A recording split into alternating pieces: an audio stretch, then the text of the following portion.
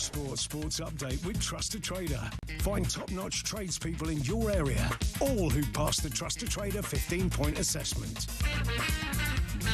talkSPORT. Good afternoon, I'm Max Scott here with your sports headlines. After Pep Guardiola's 1,000th game as manager ended in a 3-0 win over reigning champions Liverpool, there's been a lot of talk about his undeniable impact on the game. Simon Jordan's had his say. I appreciate Manchester City. I admire them for their achievements. Nobody's done what they've done 4 Premier Leagues in a row. But I don't enjoy watching their football. I think it's, paralysis by analysis in terms of pass. I'd much rather watch Liverpool and to some extent Arsenal. Liverpool are 8 points off top spot after that 3-0 defeat. And talkSPORT's Adrian Durham reckons if Erling Haaland stays healthy, Arsenal should be looking over their shoulders in the title race. Let's assume he stays fit, then Arsenal do have a big problem. And I think how Arsenal respond after the international break to a setback where they didn't just drop points, they conceded 2 goals. And I think we're all thinking their defence was invincible. Now, with Rob Edwards set to swap managing second-place Championship side Middlesbrough for bottom of the Premier League Wolves, Martin Keown says it's a massive mistake. I think eventually he regrets this because he could have stayed at Middlesbrough and he could have taken them up, and that would have been a massive story for him. That everyone would have looked at him and gone, "Do you know what? That's down to you." We understand Wolves, currently on 2 points, will pay a compensation fee in the region of $3 million to Borough, with Edwards signing a 3.5-year deal. More injury misery for Chelsea's Romeo Lavia. He's set to miss at least a month with a quad injury, and it's understood the International Olympic Committee is moving towards a blanket ban on transgender women from women's sport. Medical Chief Dr. Jane Thornton highlighted the physical advantages of competing in women's sport after being born male to IOC members last week. A ban could be introduced for the LA Games in 2028. talkSPORT News. Donald Trump says he'll sue the BBC for $1 billion over an edited speech suggesting he was encouraging violence. And former French President Nicolas Sarkozy's been freed from jail less than 3 weeks into a 5-year sentence. More from the news team at past. talkSPORT weather with QuickFit, your go-to destination for quality tyres from great brands like Continental. Visit your local centre or quickfit.com and book today.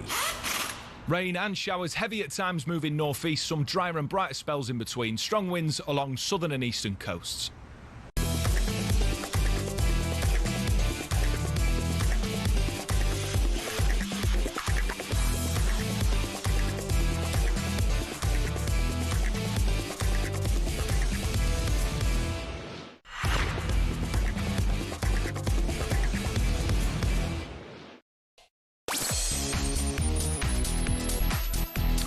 Howdy doody everyone, happy Monday. Welcome to Drive on talkSPORT with me, Andy Goldstein, fresh from his Alan Waddle golfing win. Get in there! It's me, Andy Goldstein. And guess who's alongside me? It's Darren here, by the way. It's Darren Bent. Darren here, by the way. Darren Bent. That's exactly what I just said, DB. Oh, you right? I'm great. I'm tickety boo. I'm very well. Good to be back. Run your Alan Waddle, whatever it's called. By the way, if anyone knows Alan Waddle, I'd love to get a video from him congratulating me. But yes, I had a great time. I'll bore you with it in just a moment. But by jingo, we've got a show for you today. We'll look back at a busy old weekend in the Premier League, which saw Arsenal concede and drop points in the title race. Oh, this is exciting. Sunderland had a point, which means, of course, they're now in the top 4. If they qualify for the Champions League, is there a better achievement? Is it a better achievement? This has changed his age, Joe. You changed it, Joe. Is it a better achievement than Arsenal winning the Prem this year? Sunderland get 5th. No. That's the question we'll be asking. We'll also discuss a bad Sunday for Liverpool as they get tonked to Man City. And we'll be joined by Conor Benn ahead of his rematch against Chris Eubank Jr. this weekend on talkSPORT. All that, plus Benty brings us his EFL corner. And we'll get the top talking points from the weekend as well. Busy show. You can be part of it by picking up the phone 03717 223344. And of course, it's the boot room. And I have a peach of a chat for you today. It's about boot.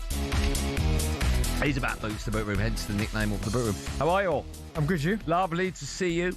Yeah, I had a great week. Every 2-3 months I go away with three of my mates. And we play for the Alan Waddle. The brown jacket and the Alan Waddle trophy. Yeah, okay, nice. And I won it. I play. But you said at this time that you've been playing really well. I'm playing great. I've read this book. I mentioned before about this book on the show. I read this book, right? And after I read it, I hit my best ever rounds. I play off 18, and I hit an 88, an 86, and an 84. I've never got close to an 84 before. And then I played off 18. I got 42 points on Stableford, which is above and beyond. I went round front 9. If people know about golf, they'll understand what I'm saying. Front 9, I was 5 over. I mean, I went birdie on 2 holes. It was just insane golf. It was amazing. So focused. It was brilliant. Trying to get in that prime, ain't you? Well, the second day, so we mix it up. First day, it's all of us against each other. And then the next day, we play for another little trophy of ours. And it's whoever comes first and last. So in this case, it was me and Darren against Tim and Dan, who come second and third. We got smashed. Did you? And we would have been heavy favourites from the bookies. We got absolutely smashed. It's amazing how with any sport, form can be up there one day. Well, you don't care because you won the individual one. I didn't care about it. Yes. I wanted to win both. You wanted to go home with both trophies. Nah, but it softens the blow. Oh, yeah. So whose fault was it, him? No, I sort of let him down. I didn't play well at all, certainly. Yeah. But there was a lot of drinking the night before, so the fact I could stand up to play golf was... Well, no, you better not let me down on Wednesday. Oh, paddle. We've got the paddle game. Yeah, listen. Don't you let me down. I don't think I even need to turn up. It's me and you against O'Hara and Gabby. Well, Gabby plays, so he'll be all right. I know, O'Hara. He don't know one end of the racket to the other, right? Listen. Have I ever let you down before? Ever? Yes. No, The first time we played, you let me down. I didn't let you down. You did. We got beat. Yeah, I know, but we're playing proper players. Yeah. I got better as the match. We'll be fine. No, you're not. It's live, by the way. It's live on talkSPORT. That's true. You got better as the game went on. Yeah. We'll be absolutely fine. Yeah. Before we start today's show, quite often, Joe's going to get nervous. Don't get nervous, Joe. Quite often when we do a shout-out, Bentley, we get successful. People listening. Yeah. Our reach is gigantic. Yep. So there's always someone that knows someone, right? We're going to the States soon. So I went today to get my visa. Mm-hmm. You've got yours, right? We're going courtesy of BA. Not courtesy, we've paid for it, right? If anyone works for BA and wants to bump us up a little bit, I'm more than happy. No, that's what I can say. That's fine. Go with BA, right? Obviously, producer Joe isn't dumping that because we need producer Joe bumped up as well, and the big dog's going as well. So there's a few of us that, not like 5 of us, but basically just me and Bentley. But anyone who works for like the PR department of BA, get in contact. All right, that's what I'm saying. Yeah. You can't poo-poo it because you don't want to sit with common people either. I'm a man of the people. Okay, all right, so you stay back there. If I've got to sit in the back, I'll sit in the back. Okay, fine. Well, Joe, you can have your seat. We'll wave through the curtain, right? You mean cattle class. No worries. I'll go up there, see you. Yeah, I bet you will. Mate. You won't be allowed to come on me and Joe up. Oh, mate. No, I'll put the... No, don't let him through the curtains. Yeah. Mr. Bent would like to... No, tell him I'm busy. Don't be silly. That won't be happening. We've got a busy show. I'm very excited about it. Very excited. Middle-hour, we'll talk about that game yesterday. Wow. The Man City Live. Great game. Yeah. Oh, Darren Lewis wasn't having any of that. It's so funny when you put the little in the group. Darren Lewis, he's on after us at 7. Yeah. Big Liverpool fan. And when they went, I think, 2-0 down, he texted me going, just come back. We'll speak. Come back to me when you're above us in the table. And then when the third goal went in, I looked at the table and we were above them. So I texted him back going, do you want to talk now? Did he say? Didn't get anything back from him. We'll talk about that a bit later on. We've got lots to talk about. And, of course, everything and anything from the weekend. We will discuss in today's show, as always, if you want to be a part of any conversation, 03717 223344. We're going to start with Arsenal. Finally conceded on Saturday as they were held to a draw by Sunderland. So, can the Black Cats finish in the top 5? Sunderland 2, Arsenal 2, the result here on Wearside. They should be looking over their shoulders because City do look good. I think it might look back at this, Jim, as actually a good point in the end. They fight for everything in every position. They don't let you breathe, Sunderland. And I think it surprised Arsenal. I mean, let's give them great credit for what they did, the way that they play, the energy that they play at, and the crowd, the belief. It's all part of the story when you go there. We knew it was going to be a really tough place to come. It was very disruptive, especially in the first half. We had to play that kind of game, and credit to them, the manner they set up and the kind of game that they want to throw you into. The Arsenal conceded for the first time in 881 minutes on Saturdays. They were held to a 2-2 draw against Sunderland. City's win against Liverpool yesterday means the gap at the top is now down to just 4 points. Meanwhile, Sunderland, they sit 4th after an incredible start to the season. Their manager, Regis Lebris, spoke to talkSPORT after the game. He said that his side are proving every week that they deserve to be in the Premier League. Yeah, we are competitive, but we know that our main target remains the same. We want to achieve 40 points, so it's one more step. I think we'll learn many things from this experience, and we'll go forward. So you think you're still fighting against relegation? Yeah, I think so, because this league is so tough, and you can have good periods, and later you can struggle for a long time, and you don't know why sometimes. So being humble is really important, but at the same time, we have to believe that we have the quality to be competitive. Now, before we talk about the wheels falling off for Arsenal again, Well, it's not falling off. and all the excuses, good away point, and all the excuses that your fans are coming up with, I've got them all listed in front of me. Before we do that, let's talk about Sunderland and Regis Labrie saying there that staying up is still the aim. But I mean, you think now that they're safe, or is it? I mean, I know it sounds way too early. What would middle of November? 11 games in, but I just think a team that look that good, that are so strong, especially in the midfield, that look so difficult to beat. And there are teams that are struggling, Wolves obviously being one of them. I sort of feel, even though it's November, that they're safe already, aren't they? Yeah, I do wonder when maybe the expectations might change and their goals might change. But no, they were brilliant at the weekend. I thought, certainly first half, they put Arsenal under pressure. Arsenal never got going in that first half. And to be fair, at half-time, I'm thinking, where's Arsenal's goal going to come from? Because Sunderland just looked strong. They get the goal through Ballard. Really good finish. But then, of course, Arsenal come out second half, put you under pressure. And when it went 2-1 up, I thought, okay, Arsenal will win this, but fair play to them. They kept making Arsenal defend, kept putting the ball in the box, and again, causing chaos. That's why I said it, causing chaos, because Brian Brobby, really good finish as well. I mean, they're not going to go down. I've seen Arsenal. I've seen a lot worse teams than Sunderland this season, and not only a lot worse. I've looked at Sunderland, they've been one of the best teams. They're there on merit. Like, it's not like all of a sudden you go, well, the fixtures have been kind. Because you look at some of their fixtures, they played Arsenal, who one of the best teams in Europe, you'd have to say, right? You agree with that? Yeah. They beat Chelsea away from home. They played United, I know you never know what you're going to get. They played Palace, they played Villa. These are good sides. Yeah, good team. Do you know what I mean? Good sides they play. They're not just walking the park. One of the questions we'll be asking, if Sunderland finish fourth or get Champions League football, that looks like it'd be fifth. You can't really confirm that till later on in the season. If they were to get Champions League football, I do think the question is there to be asked, is that a bigger achievement than Arsenal winning the Prem? And the reason I say that is because the last few years you've been knocking on the door. You've spent £1 billion, right? You should be there or thereabouts. They shouldn't be there or thereabouts. Yeah, it's true, but I think when you win it, I think that's always, it's hard to kind of go against it, because so I'd still say Arsenal's is a big achievement. What was more likely to happen at the beginning of the season? Arsenal win the Prem? Yeah, of course. Yeah, I get that, but still. What's the answer? Yes, Arsenal win the Prem. No, what's harder? Harder, staying up. No. What's harder? Sunderland getting in the Champions League. Yeah. Yeah, of course that's harder. So that's a bigger achievement. No, but still winning the Prem. When you win a competition, that's bigger than any achievement you can throw at anyone. So I think that's. I don't know. Yeah, it is. Well, I mean, once you win, then there's no argument. No, Arsenal should be there or there. Sunderland should be there or thereabouts. Yeah, I understand that, but still winning's winning. I know, but what's a bigger achievement? Winning. I don't know if it is. Mate, if you win the Premier League, doesn't matter who Sunderland. Doesn't matter who finishes second. If you win the Premier League, you've that's a big. Okay, last season when Nottingham Forest were knocking on the door, yeah, and Liverpool won it, right? Yeah. If Nottingham Forest would have finished second, yeah, what would you say is a better achievement? Winning the league. Because if it is, mate. No, it is, mate. Forest finishes second. It's still, no, that's unbelievable. But still, ultimately, the team that's won the league is. That's the bigger achievement. Let's put that out there. Okay, I think it's Sunderland. Okay, if you're a player, what's a bigger achievement? Oh, without doubt. Well, there you go. Yeah, it's different because it's a club. I'm talking about a club. And we're always told no player is bigger than the club. Yeah, but a club winning a trophy is bigger than anything. Anything. The expectation factor has to come into it. All that expectation and all that kind of love and, why we love football, I understand that. But I think when you win, you can't. I didn't say what's better. I said what's bigger. Winning the Prem. No. Which is perceived. Well, an outsider, right? As in Sunderland, before the season started, they would have been probably 500 to 1. I understand that, and they could finish second, lose on goal difference. Yeah. When you win the Prem, it's the biggest. Okay, we'll put it out there. Yeah. 03717 2233 4. What's a better or bigger achievement? Yeah. Sunderland getting Champions League football, Arsenal winning. But no, for Sunderland, they were magnificent and fair play to them. But just quickly, we should talk about Arsenal ever so briefly. Listen, how? Hold on. No, how you draw? Just saying. Just saying. Listen. Don't talk about me. Listen, we're talking about Man United later. No, how you could say Arsenal drew, didn't get beat, and it's fallen off a cliff. It's the first time they've conceded in 8 games. Let me read out some of the moans, right, from Arsenal fans over the weekend. No, I don't want to hear it. Sunderland moved the advertising boards to stop Arsenal's long throws. Imagine a fan looking down his list of excuses. Okay, but serious question though. Yeah. Was it a fact?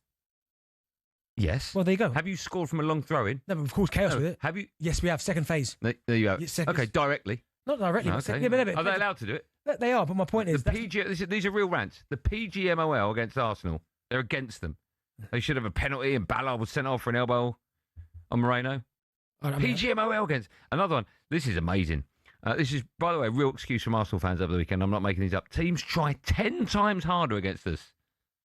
Teams try. I mean, imagine if Sunderland tried 10 times harder than they did. I think you just plucked them off. No, they're real. They're real Arsenal fans moaning. I've not heard any. They moved the advertising boards. No. How are we meant to beat Sunderland? No, I have not heard any Arsenal fans with them excuses. But Jack, were you going to the break with the sound of it? No, but what I will say is that they did move the advertising board, but it's still not an excuse. When Arsenal, Why would you mention that? When Arsenal went 2-1, no, but it's a fact, right? Yeah, but don't mention it. No, but it's a fact, though, right? It's not a factor.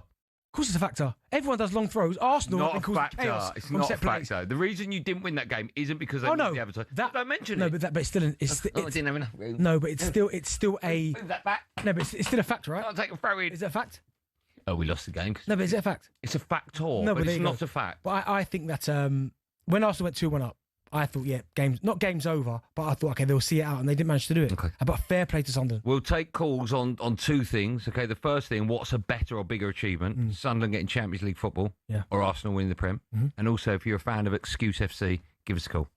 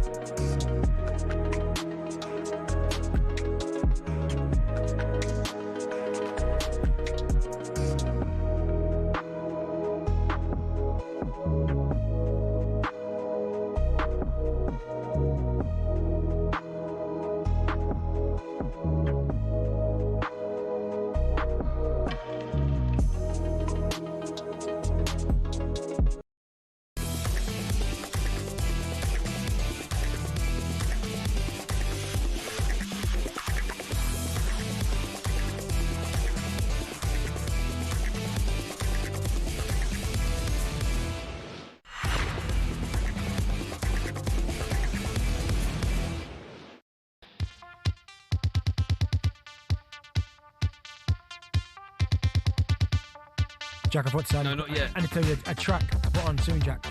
I'm going to tell him. Big track. Big track. It's your Drive and Talk Sport with me, Andy Goldstein Darren Bent, and Justy. Score yourself a stunning delivery straight to your door. Still to come. We'll be joined by Conor Benn ahead of his rematch against Chris Eubank Jr. That's this weekend, isn't it? Sport this weekend. Oh, I can't wait for that. Off a weekend as well. I can't wait for that fight. Do you know? It's live on talkSPORT, the fight. I watched it again at the weekend. When was it? I think either on the plane or I watched it at the weekend. The last round, I mean, the whole fight's incredible. The last round, I don't know if you can remember, is like a slugfest. Yeah. It was such a great fight. Such a great fight. You know, it's very rare I watch fights back unless it's... Yeah, me too. There's a few fights over the years which have like almost captivated me, and I end up watching them over and over. Probably the most recent one I've watched back, and I've watched Wardley Parker again. I can't wait to see the stoppage, and I think it's the right stoppage. Okay. Right? I don't know why I watch this fight, but Brooke Khan. Why? Kell Brook, because I always want to see them fight in their absolute pomp, and I always thought Kell Brook would win. Yeah. But the way Kell Brook just beats him up, man. Yeah, I remember at the time. I can't remember it too well. Yeah. I watched that quite a lot. Yeah. I watched Pacquiao Mayweather. Oh, why? Why do you watch that? I don't know. Why? No, but I like them old. I like them old King welterweight fights, though. Yeah. Okay. I watch a lot of Tyson knockouts early on. Like little compilations. Yeah. It's unbelievable. Power was frightening. Yeah. Anyway. I've watched Lewis Tyson a few times. Yeah. Lennox just what about destroys him. Oh, yeah. Well, he basically punches him and he kneels into the punch. Bang. Yeah, and he flips backwards. Awful punch. Just quickly, Billy Gilmore will miss Scotland's World Cup qualifier against Greece on Saturday through injury. We wish him well with that. In darts, your boy Luke Humphries hit a 9-darter to beat Michael Smith 5-3 at the Grand Slam in Wolverhampton last I told you night. that. Did you watch it? Oh, my goodness. Do you know what I like about the crowd? You know when he throws the first three, he goes treble 20, treble 20, treble 19. Yeah. It goes right. Then you know when he hits the next two, you know when he hits the penultimate. Yes. The crowd goes, oh! Yeah. And when he steps up again, it's on. Yeah. Great. I'd love to be there for one of those. Yeah. Are you going to the World Darts only like next month, right? Starts? Well, it depends on you if you get us tickets. Yeah, but I think we're doing it there. Yeah, but then you usually get us tickets afterwards. Yeah, do you want to come with? 100%. Okay, done. Anyone from BA phone to bump something to... Has that happened yet? Okay. I don't know, a couple of people that work for... Well, we need them now. Right. Bumped up. Right. Our flight to New York. Right, should we go to the phone lines? We're taking your phones. I'll keep going. Sunderland, can they get a top 4 or 5 finish? And if they do, is that a better achievement than Arsenal winning the league? And also, Arsenal fans, you can phone. Maybe I've missed an excuse off as to what's happening at the moment. But by the way, talking about excuses, we'll talk Liverpool from 5 o'clock. Peter's a Chelsea fan. He wants to go first. Hi, Pete. Oh, how are you? Bad line. That's not a good line, is it? Can we get the Sunderland fan up? Oh, Sunderland fans. If you're an Arsenal fan, you want to have your say, you'll literally be on now. You've got about 30 seconds to make the call because we've got all Sunderland fans in front. 03717 222 go on. You could hear the atmosphere rocking, couldn't you, through the TV, Sunderland Stadium one night? Yeah. When that place is jumping. Must be a horrible place to go if you need to win. Do you know what I mean? Oh, yeah. I mean, I go back to when I was there. We beat some big teams at the stadium one night simply because the crowd was that loud, that awesome. What makes it so, there are some stadiums you can put your finger on it, like at the older grounds like Goodison or West Ham or the old Southampton, you sort of felt that the crowd were on top of you. What makes Sunderland... I mean, Sunderland is massive. I know. So what makes Sunderland... It's that they just live and breathe football up Is there. it all the way round? Yeah. It is. There's no open corners. And do you know what? The only thing I'd maybe say that which has taken the atmosphere away a little bit, maybe, is that they moved the fans from behind the goal. Well, the home fans or the away fans to up in the gods. I think that's a weird... So obviously, they're not really allowed to do that, are they? Yeah, they are. But obviously, I don't think they are. They're meant to be. I'm pretty sure fans are all meant to be ground level. Well, now they're way up the top, like Newcastle. But of course, like when I scored the beach ball, it comes because the away fans are behind the goal. So that's where someone throws it and it comes on from there. So if that had been up in the goal, it would have never happened. How weird's that? Yeah, beat Liverpool that day 1-0. Yeah. We beat Arsenal when we were there.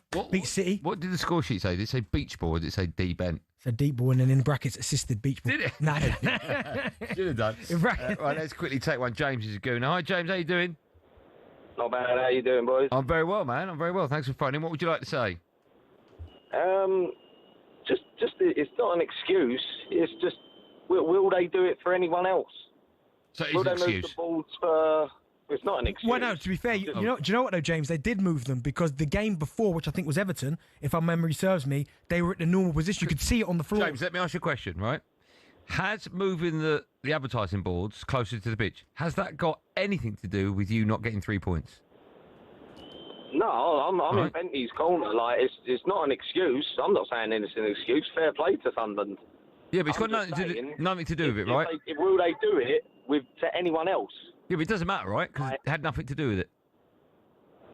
I mean, it had nothing to Well, do. they must have thought it was a factor, or they wouldn't have moved it. Yeah, I would imagine because Everton they didn't move it, but with Arsenal they did move Well, it. I mean, they're allowed to. I'm guessing with Brentford they will. All right, so Everton mustn't have been good at throws then, or At Brentford, they're going to move it even closer. Yeah, that's what I'm saying. Yeah, so they can move. So they're allowed to. Yeah, my point is, it was clearly a factor to Sunderland because they did it. That's what I'm saying. But if Man City come there, You are phoning up, And then will they questioning move it, it? aren't you? well, I'm questioning it because you always think that Arsenal have an excuse for everything. It's the little bit of bitterness Man United fan in you. Do you think Sunderland were good? They deserve the point. Yeah. Like a fair result was a 2-2 or 1-1. Yeah. Do you think you would have won the game if the advertising boards would have been in a normal place? You never know, can you? You never know. It's questioning the ball. You never know. But no, to be fair, listen, so you can't take anything away from Sunderland. Come on. They were brilliant. They were brilliant. They were brilliant. From You start can't- to finish, they dug in. Here's the thing. When you don't win, right, you can't start moaning about advertising boards. No, but then you can't. No, As a football fan. No, but you can't say that it's not a factor because clearly it was. For Sunderland, it was a Yeah, factor. but Arne Slot, right? Yeah. Said recently that the reason Liverpool weren't winning because teams were changing their style against them. Do you remember that? Yeah. And we slaughtered him for that. No, 'Cause that's a little bit okay, all right, but that's still a little bit ridiculous. Yeah, but you it's true, don't win games because you're not good enough. Yeah, I get it. But my point is, Sunderland must have thought it was a factor, or they wouldn't have changed it. Yeah, maybe they did it, not actually thinking it would make a difference, but mentally it would get into your head. Potentially, but what I'm saying is they were brilliant, Sunderland. Yeah, they were brilliant. That wasn't the reason why. But Arsenal, when you go 2-1 up, I'm thinking, right, just see it out. But again, you can't. You don't want to take anything away from Sunderland because I thought from start to finish they were outstanding. They were great. Still to come, Bent is going to be looking back at a busy weekend in the CFL corner, but first it's time for no Googling. And after Arsenal finally conceded on Saturday, we want to know which goalkeeper holds the Premier League record for the longest time without conceding a goal. That's a great one. Let me say that again. Which goalkeeper holds the Premier League record for the longest time without conceding a goal? I'll give you a silly clue. I know it. I don't think you do. First name begins with what? No. David Seaman? No. That's what P. Petr Cech? No. It's not him either. No, it's not. I'm telling you, it's not. I've got the answer in front of me. The answer to that and more coming up live and drive and talk about after this.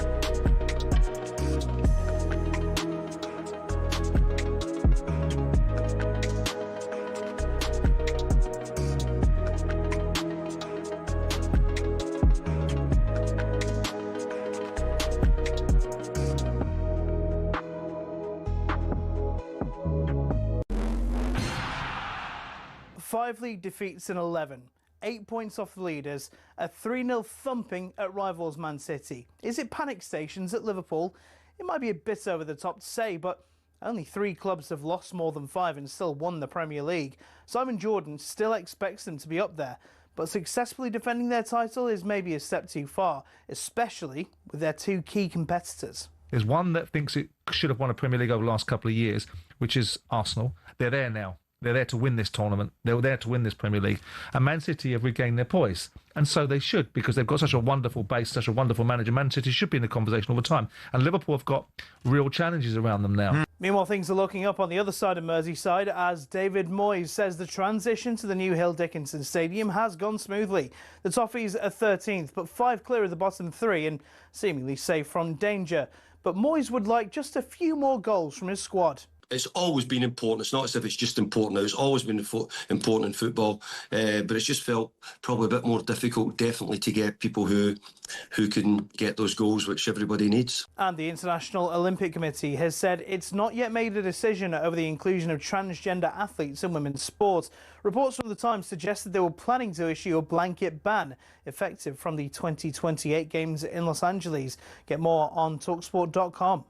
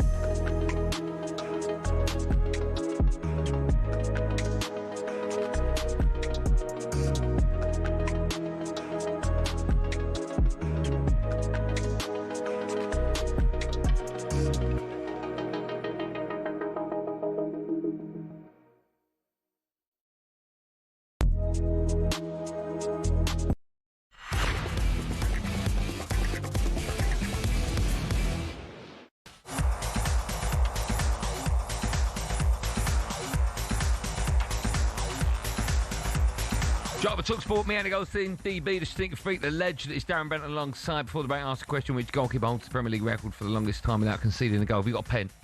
Yeah. I'll give you some clues, all right? Surname is, if you saw someone driving, not a truck, what's smaller than a truck on the road?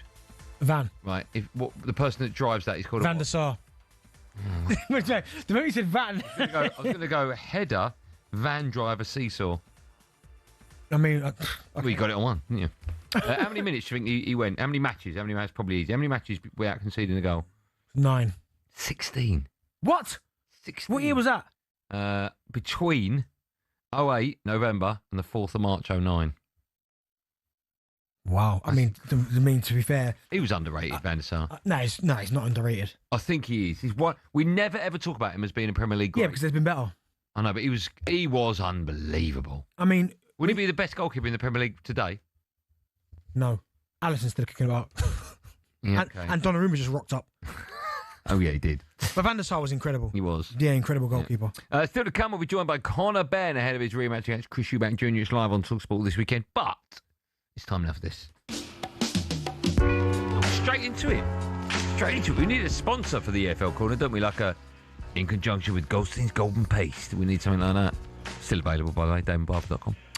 Now, time for the return of Bentley's EFL Corner, where every Monday, Darren Bent. What, Jack? How's that button been pressed? Darren Bent takes a look at the big stories from up and down the football leagues. Also, the last one might not have time for Ipswich. We could start with Derby. Following their 2-1 win away to Blackburn on Saturday, it's a result which leaves them 10th, just 2 points outside the playoffs. Meanwhile, Blackburn, they're 19th, 6 points clear of the relegation zone. 5 wins in a row now for Derby, Bentley. What are they getting so right at the moment when you look at them and their results? I mean, listen, they're playing well, but I mean, Carlton Morris is a big part of that. I mean, his form over the last 5-6 games has been absolutely incredible. He's playing well, he's scoring goals, obviously captain in the side, but I think he's got 6 goals now in his last 4 games. I mean, that there as a striker is incredible form. Scored against Hull game before, now Blackburn. When you played in the Championship, do you get more or less time as a striker? Do you know what, it's weird because it's kind of bizarre because I always found it like in the Championship you get less time because like defenders are just at you all the time, whereas in the Premier League defenders kind of, and I don't want to be disrespectful, but they think about it more, so you probably get a little bit more time. Okay. Whereas at the Championship sometimes 100 miles an hour and it's hard to get shot off. I see that. But for Carlton Morris, I mean, I always liked him when he was at Luton. Made the move to Derby, and Derby are flying now because I can't lie, at the start of the season I was a little bit like, I'm not going to sure how they're going to go on it. They got off to a bit of a slow start as well. It took them a while to win a game. First win coming away at West Brom, but since then, still at times a little bit iffy. But then since they beat Norwich, buzzing, 1-0, they've won an incredible run and fair play. Long may it continue. Too early to discuss whether or not Derby will be there or thereabouts. Yeah, I'd say so. Just because you look at the table now, and Derby are currently 10th, 23 points now. To be fair, it is only if they were to win and results go their way, they can move to 4th. But that's just how the Championship is. It's crazy like that, but fair play to them. I was worried about them definitely come start of the season, but the way they've gone about their business, fair play. Okay. Let's move on and talk about Middlesbrough now, because they were 2-1 winners at home to Birmingham, despite being without a manager after Rob Edwards, of course, given permission to speak to Wolves. His assistant, Adi Vivesh, took charge for Saturday's game. He spoke to talkSPORT afterwards and said it was a big day for him personally. I've got a pretty good relationship with most of the players. Maybe some today it's like it starts to change when you're taking people off or not putting them on a substitutes bench, but the prep work and all that, it's done every way meticulously anyway. You're just adding your flavour and using the experience of the other staff that were immense as well. And it's a special day, and I remember it for the rest of my life, but it was very special. And whatever happens, we've got 3 points today. Guess what manager he went to school with? Cousins, brothers. That's Daishi. Do you have a voice like that? I don't know, but he sounded like Daesh. 60 bags. We actually thought Jack pressed the wrong button there, didn't we? Even Jack thought we pressed the wrong button there. Listen, Edwards stood down from taking charge of this game. That was Friday, I think. A massive result for Borough, all things considered. Yeah, it's massive. I mean, still, I don't understand it. Rob Edwards' perspective, I don't get it. Do you not? No, I don't. Because... Oh, you think Wolves are down? Yes. They look terrible. They play. I did the game against Chelsea, and I know it's Chelsea, but just toothless. Nothing really going forward. Can't keep clean sheets. I know, but too easy to play against. Virtually a whole season in the Prem is better than a season in the Championship where maybe you'll take that team to the Prem. I get it. What? So you think maybe it's a case of just get your profile out there for 6 months? If he keeps them up, he's a superstar, right? Yeah, I mean, I can't see it happening. No, I can't either. But to be fair, for Borough, yeah, I was concerned because listen, they've been brilliant this season, as you said. They're currently second now behind Coventry, but losing your manager sometimes it can have an effect, and sometimes players look for excuses like, we've lost the manager, what we're going to do? But they kicked on.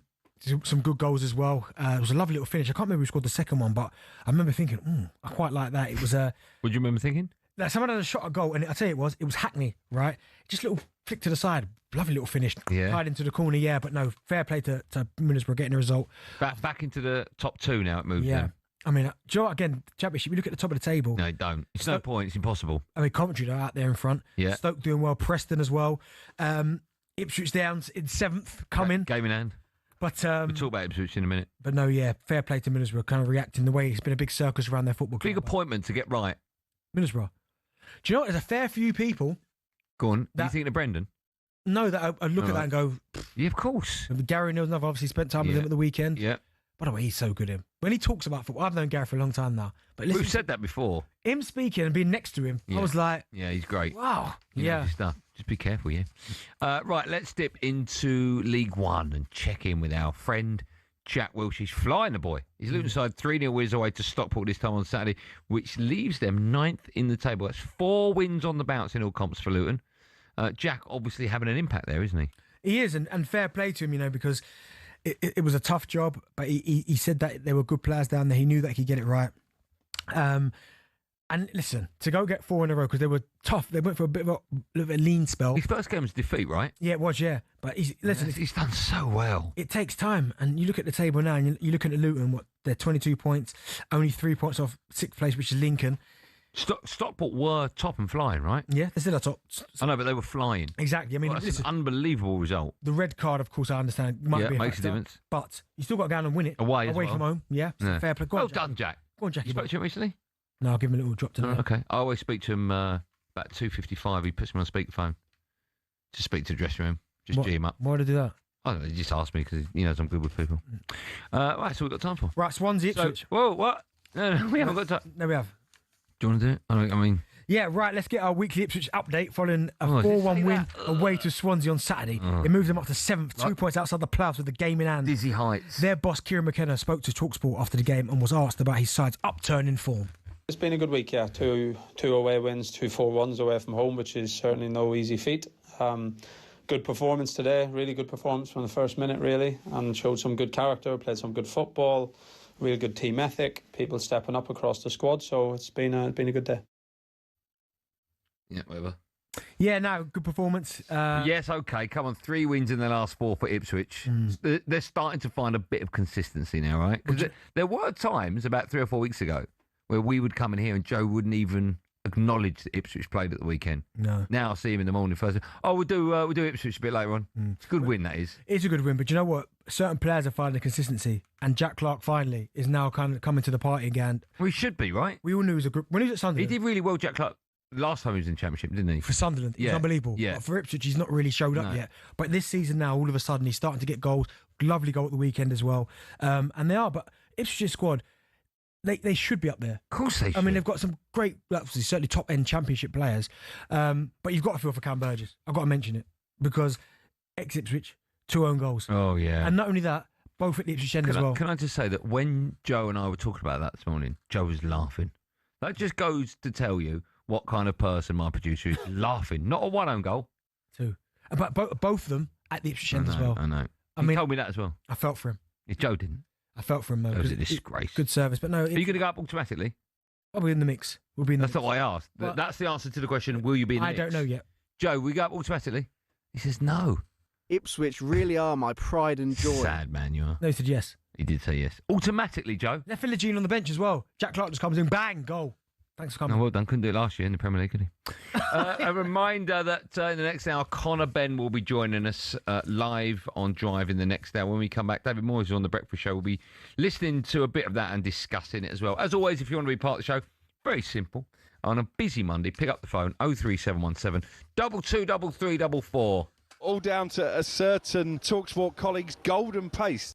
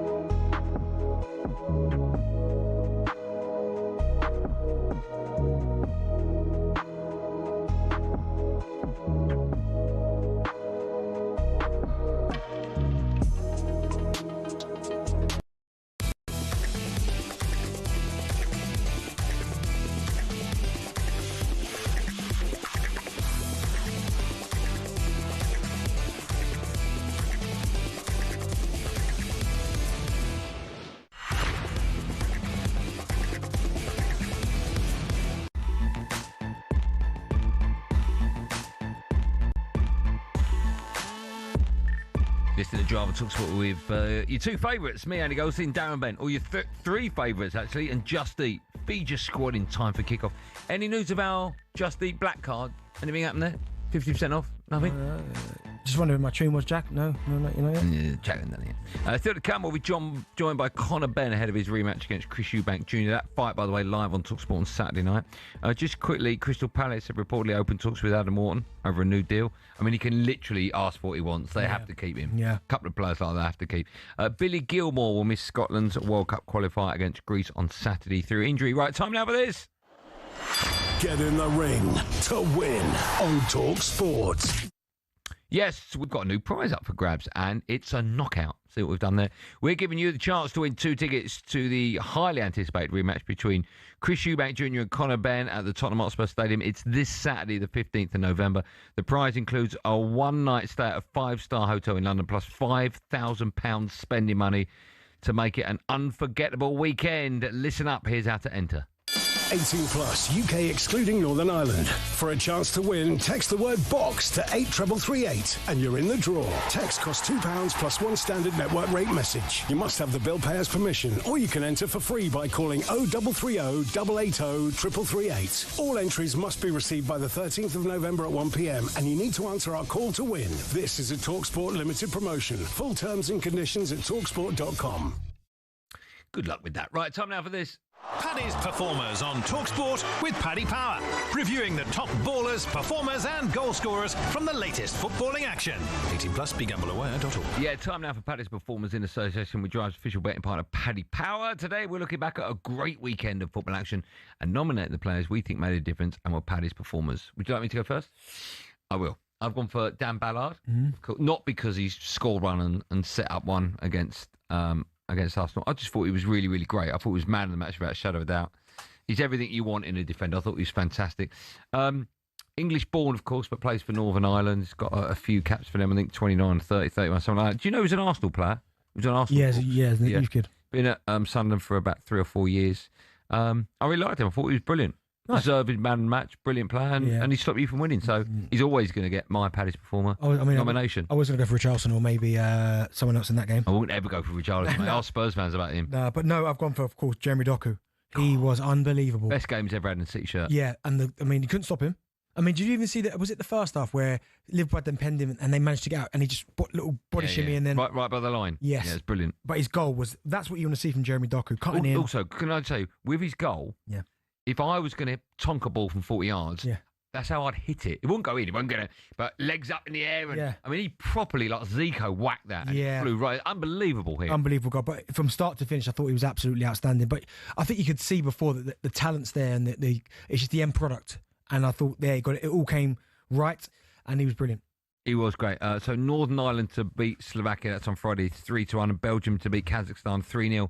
Is 6-1. There you go. That's Paddy's Performers for today. Catch up with the latest odds at paddypower.com. 18 plus only. begambleaware.org. Paddy's Performers on talkSPORT with Paddy Power.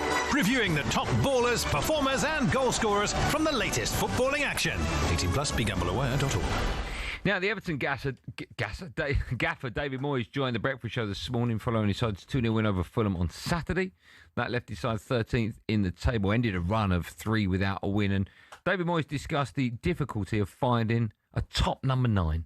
I've been listening to you a bit this morning, and I think you've been talking about nearly all clubs talking about needing strikers, you know, and let's be fair, it's not, even at West Ham, I used to keep getting said, where, you need to buy a new striker, and I thought, yeah, you're probably right, but we couldn't find one, so we had to try and get Marko Arnautovic became a centre-forward, Mickey Antonio became a centre-forward. So sometimes you have to find it within if you can't find it. And look, it's something which is becoming, it's always been important. It's not as if it's just important now. It's always been important in football. But it's just felt probably a bit more difficult, definitely, to get people who can get those goals, which everybody needs. Listen, we've talked about it before, how difficult it is to get a great number 9. There seems to be less and less now. I mean, when he went there, I seem to remember Beto hitting the ground running. Yeah. But his goals are dried. They just don't have a player that can score for them. They got rid of Calvert-Lewin. Yeah, but he wasn't scoring either. He wasn't scoring, and he was injury prone as well. Yeah. Tough, right? It is tough because unless you go and spend big money or take a chance and hope that it works, I mean, it's what it was back in the day. Certainly, maybe my generation, but certainly when I could think about the generation before me. You knew what you was getting because, I mean, there was so many. Most teams played with two. So every team pretty much had two up top. Yeah. But you knew what you were getting. If you spend money on him, and there were obviously rare occasions where it didn't work. I mean, the one that springs to mind, Chris Sutton down to Chelsea, 2 goals I think he scored. But you knew what you were getting. Okay, he'll score goals. So it was never really a risk. But yeah, nowadays, unless you scour Europe or you drop into the EFL, and there's loads of good strikers in the EFL that will score goals, you are taking a risk. So why don't we see a lot of youth coming through in that role? Too much pressure? Not so much too much pressure, but I mean the game's changing now, isn't it? Like it used to be a time where you get the centre forward, he is the main source of your goals, and then the 2 wide players' job was to assist the guy in the middle or the 2 strikers, and then maybe score first or score second. But now, like there's as much responsibility as the 2 wide players to get the goals and the assists as the centre forward. So when I was at school, the number 9 was always the coolest role. Yeah, of course it was. Is it still the case? Yeah, I think so. But I mean, number 10's quite cool now, isn't it? Yeah. Drop in the pocket. Even the sort of Declan Rice role, the holder. No, the holder's quite cool. Yeah. So used to be number 9, right? Yeah, you scored the goals. You're the guy. Like, I don't know if it is that role now. You earn all the money. You know what I mean, everyone. He scores the goals. He's listen to Bentley. No, I'm not saying all me. the money. Look, honestly. No, didn't say that, did I? Take the boy off the football. No. Do you know what I didn't mean? say that. Back in the day, they were the cool guys, weren't they?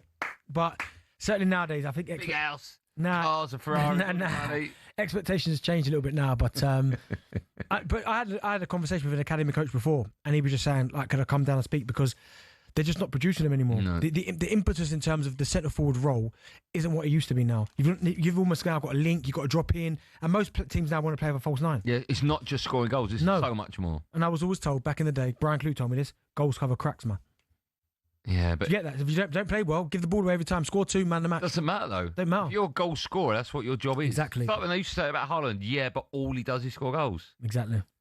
Goals cover cracks. Unbelievable line that. Don't run, just score. When we come back, we'll be asking the question, a simple question to ask, but not necessarily an easy one to answer. We're talking about Arne Slot, and the question is: Slot in or out? Liverpool fans. 03717. Well, at the moment, look at the league table. Man United above them. Doesn't matter. Well, Slot out already. Some Liverpool fans will phone up talkSPORT over the weekend. You can phone up now. 037. You don't think there's a lot out there? No, come on. It's just. Well, they'll phone up.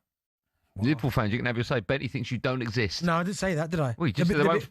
Mate, you put a poll up there. You didn't want to see someone fly. Get someone calling and say yes, they did.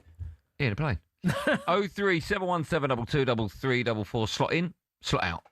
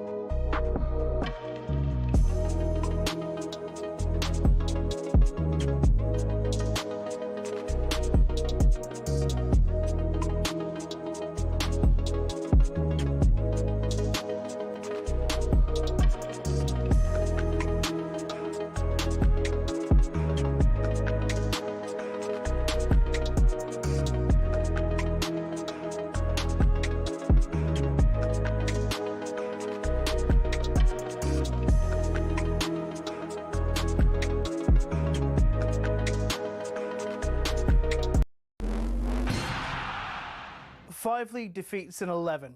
8 points off the leaders, a 3-0 thumping at rivals Man City. Is it panic stations at Liverpool?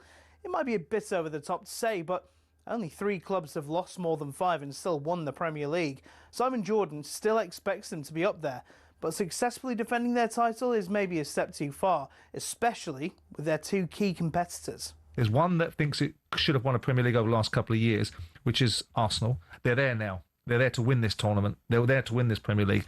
And Man City have regained their poise. And so they should, because they've got such a wonderful base, such a wonderful manager. Man City should be in the conversation all the time. And Liverpool have got real challenges around them now. Meanwhile, things are looking up on the other side of Merseyside as David Moyes says the transition to the new Hill Dickinson Stadium has gone smoothly.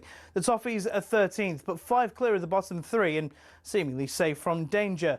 But Moyes would like just a few more goals from his squad. It's always been important. It's not as if it's just important now. It's always been important in football, but it's just felt probably a bit more difficult, definitely, to get people who can get those goals, which everybody needs. Now to Wolves, where it's all changed. Rob Edwards is set to be confirmed as their new manager, leaving Middlesbrough, but he's been issued this warning by talkSPORT's Martin Keown. Can you actually see that there's anything there for you? Over the period, they've lost Cunha, Neto, Fabian Silva, and Nori. They're just, what they're doing, Jim, they're just sifting through their players, taking all the good players out, and now the players that have come in aren't at the same level. He's doomed. Now, just how excited should we be to see Marcus Rashford in an England shirt this week?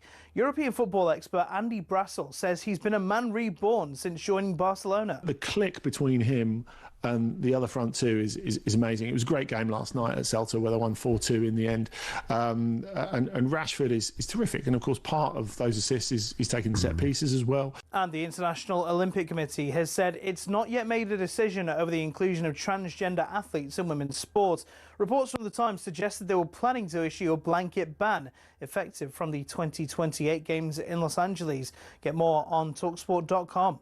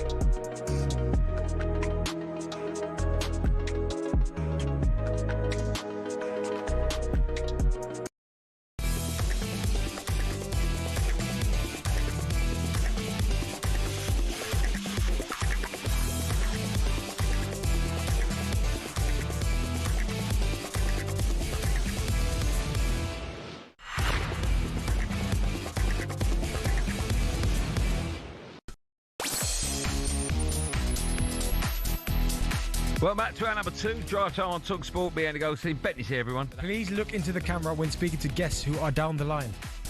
That's a good point.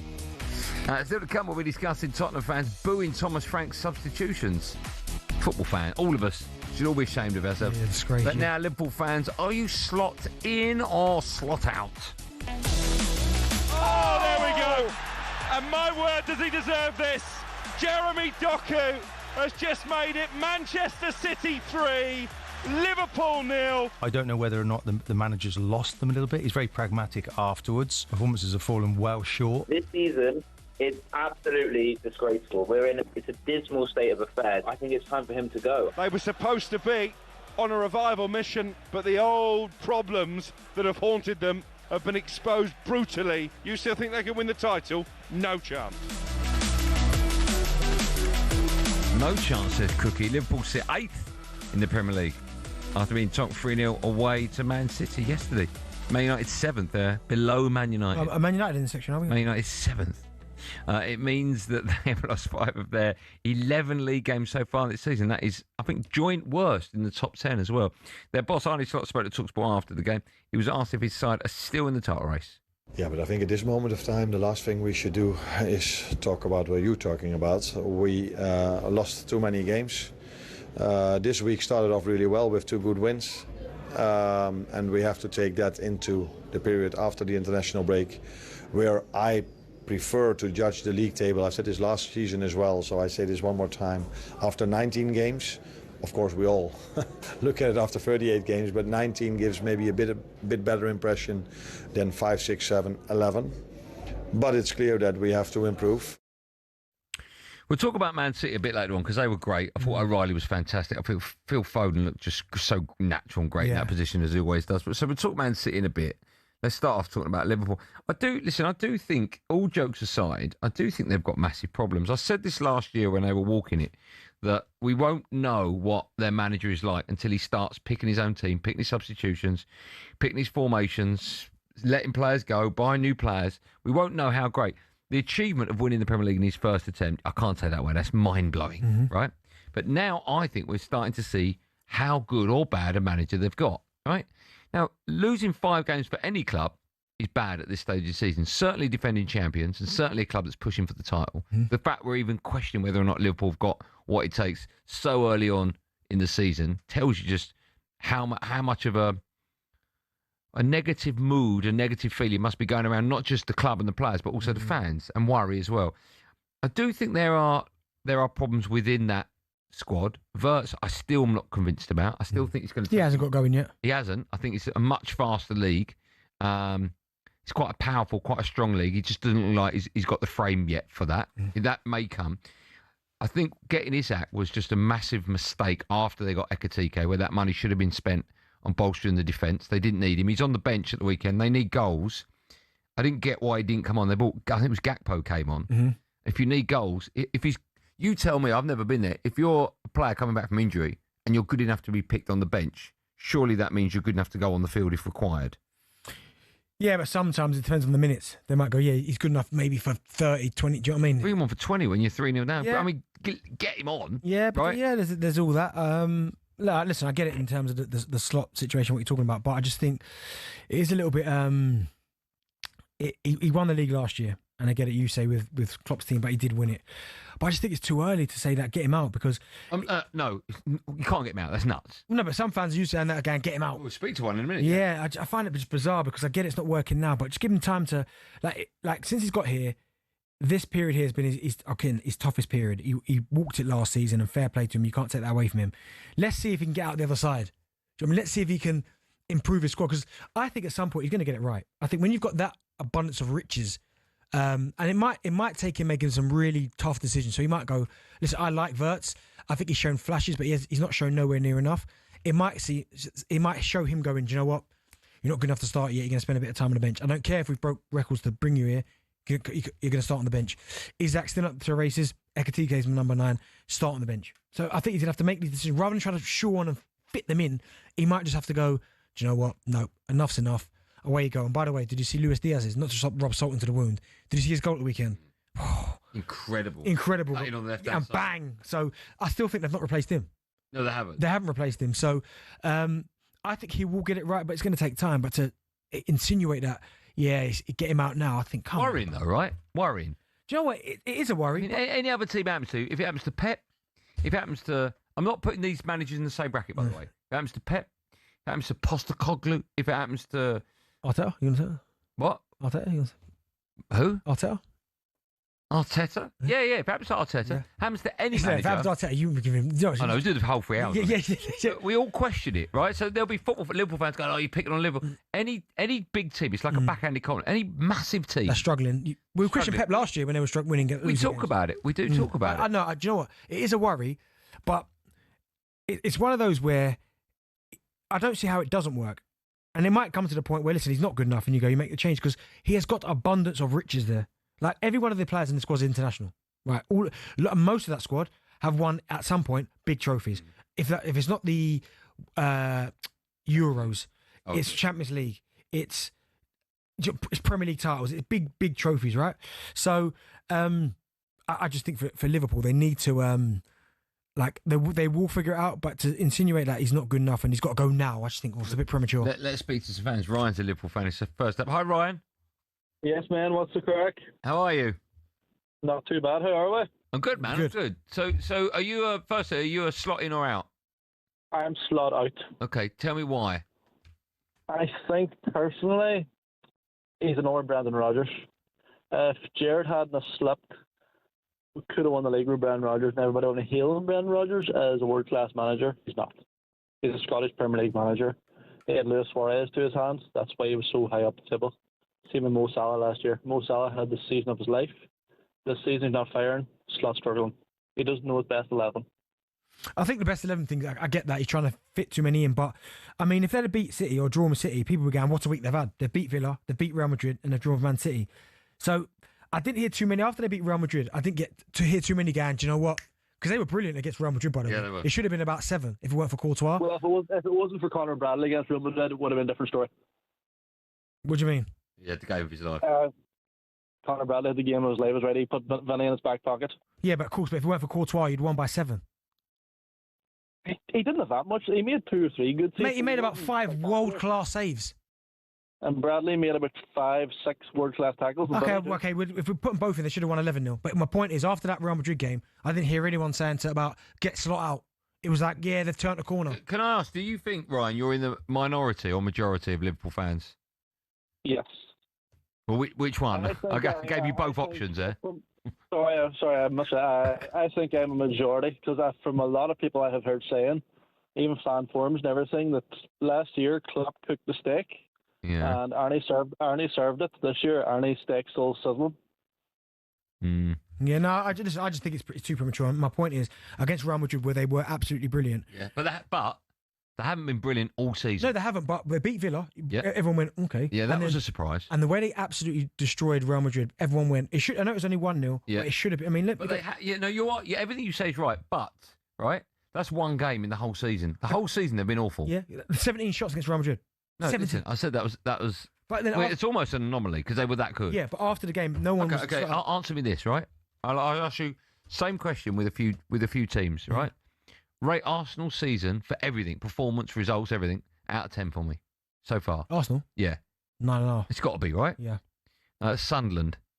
Well, for their season, everything. 10. Okay. Man City. 8. Okay. And now Liverpool's. 7. No, 6. That's what I'm saying. So the one game against Real Madrid, I agree with you, but you've just marked them 6 out of 10. Defending champions. Yeah. 6 out of 10, not good enough. No, they're by their standards, nowhere near good enough. But my point is to kind of say he needs to go now. I find it bizarre. Nuts. That's nuts. It's bizarre. That's nuts. Give him time to turn it around. And by the way, Liverpool very rarely do they panic when it comes to their managers. You're right. I always think they give him a fair crack. They don't go, right, get him out quickly. Do you know what I mean? No. I always feel they give I wonder what the shortest spell is for a Liverpool manager, like from Premier League onwards. How long was Roy there? A couple of years?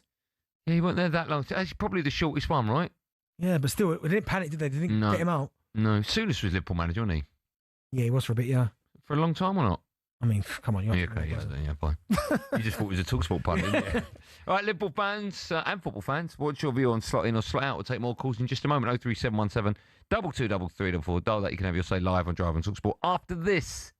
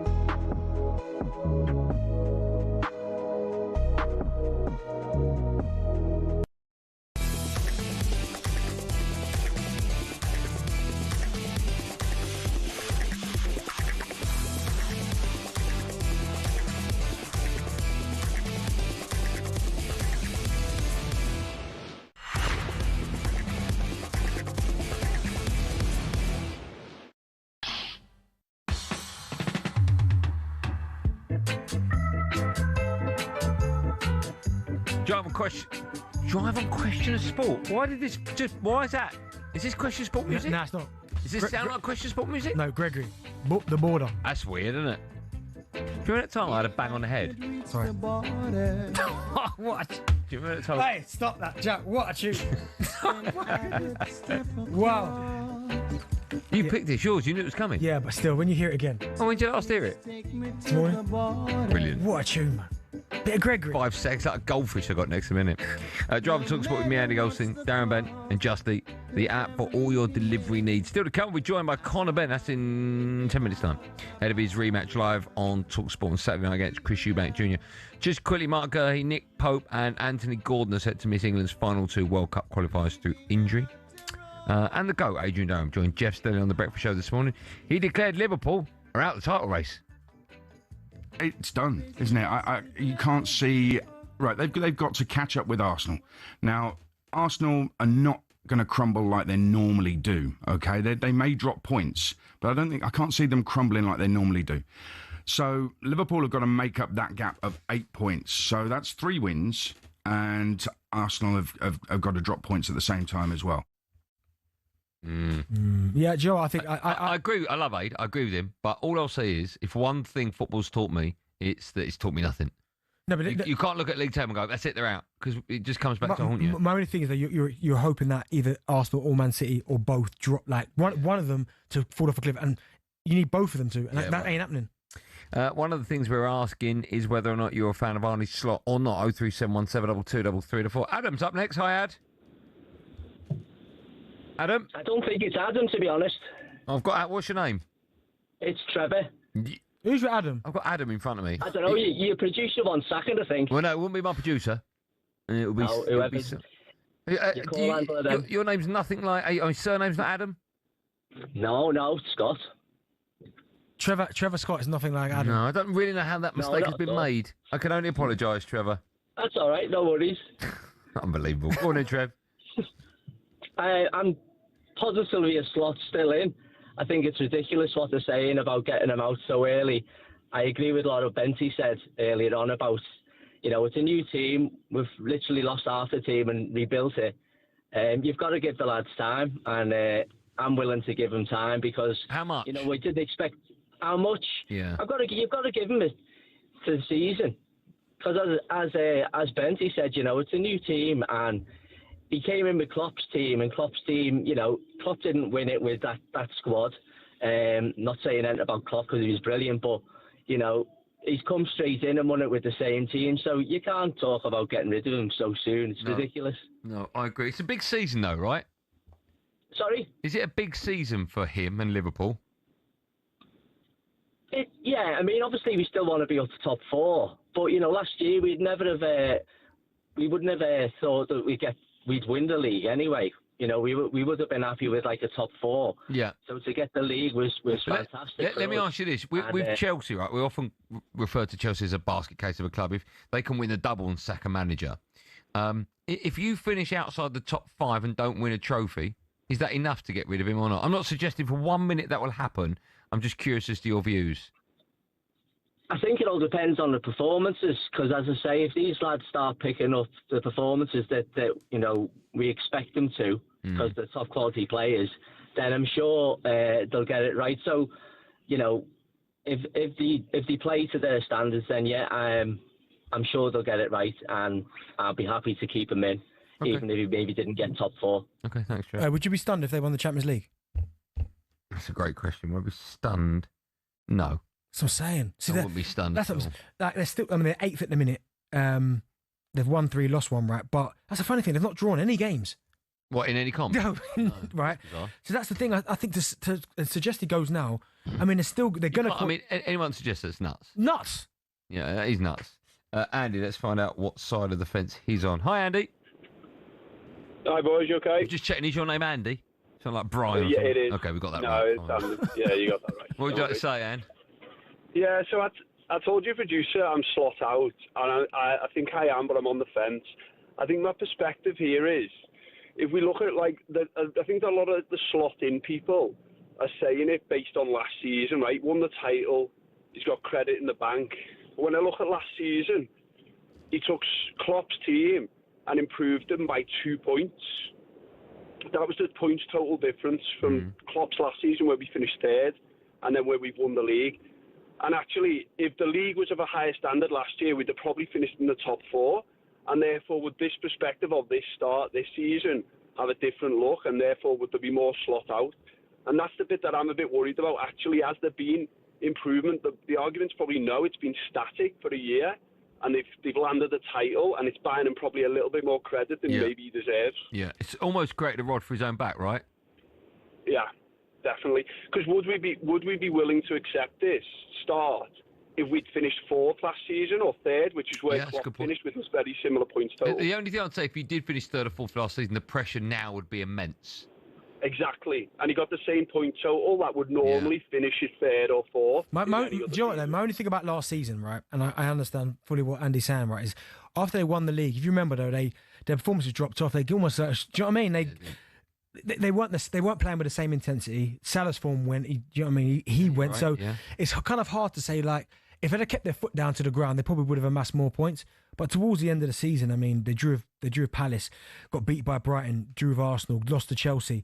Do you know what I mean? It was a little bit. They got beat by Fulham not too long towards the end of the season. I think they did probably take their foot off the gas a little bit. Yeah, that's understandable. Then. Of course, the league was done. Gaz is a Man City fan. Hi, Gaz. Evening, lads. You okay? I'm good, man. How are you today? Yeah, not bad. I'm just got to get something off my chest, lads, because well, it is near enough the last 24 hours since the game finished. All everyone's talks about is Liverpool, how bad they're doing. Well, I don't know if you heard the start of this conversation. I did say how great Man City were. I talked about O'Reilly, I talked about Foden, and then I said we are talking about Man City later on. Yeah, but in general, I mean, all the other phone-ins, I've been listening to them all. And I'm just saying, there was 2 teams playing yesterday.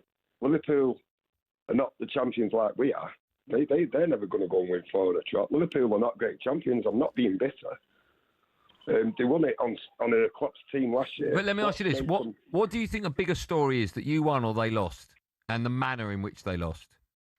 I reckon, truthfully, I think it's the way we've been from the start of the season. No one's given us a prayer, and that's most probably suited us, to be truthful, because we're under the radar. And yesterday, I don't care how Liverpool played. It was us. We battered them. We battered them, and they can go on about this goal that they had disallowed. It wouldn't have changed the game at all. I mean, do you know what?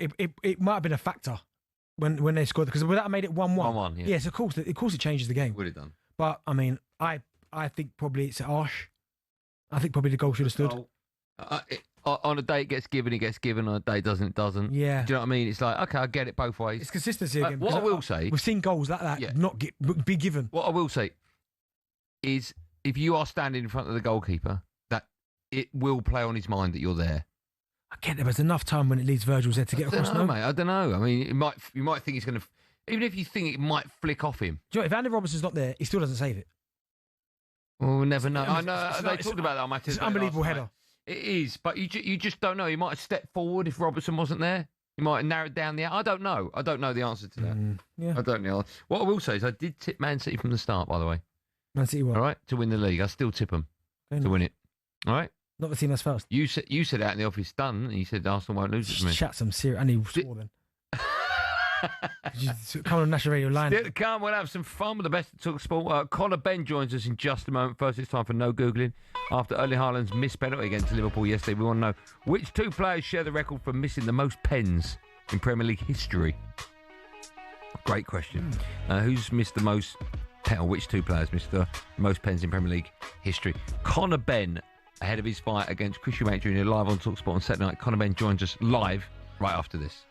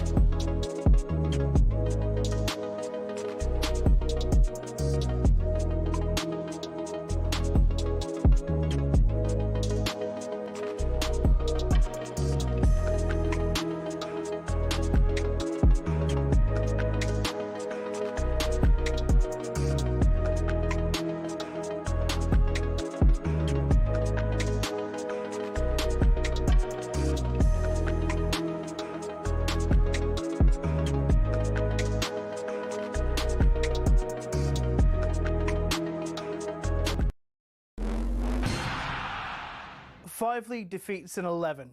8 points off the leaders, a 3-0 thumping at rivals Man City. Is it panic stations at Liverpool? It might be a bit over the top to say, but only 3 clubs have lost more than 5 and still won the Premier League. Simon Jordan still expects them to be up there, but successfully defending their title is maybe a step too far, especially with their 2 key competitors. There's one that thinks it should have won a Premier League over the last couple of years, which is Arsenal. They're there now. They're there to win this tournament. They're there to win this Premier League. And Man City have regained their poise. And so they should, because they've got such a wonderful base, such a wonderful manager. Man City should be in the conversation all the time. And Liverpool have got real challenges around them now. Meanwhile, things are looking up on the other side of Merseyside as David Moyes says the transition to the new Hill Dickinson Stadium has gone smoothly. The Toffees are 13th, but 5 clear of the bottom 3 and seemingly safe from danger. But Moyes would like just a few more goals from his squad. It's always been important. It's not as if it's just important now. It's always been important in football, but it's just felt probably a bit more difficult, definitely, to get people who can get those goals, which everybody needs. And the International Olympic Committee has said it's not yet made a decision over the inclusion of transgender athletes in women's sport. Reports from the Times suggested they were planning to issue a blanket ban effective from the 2028 Games in Los Angeles. Get more on talksport.com.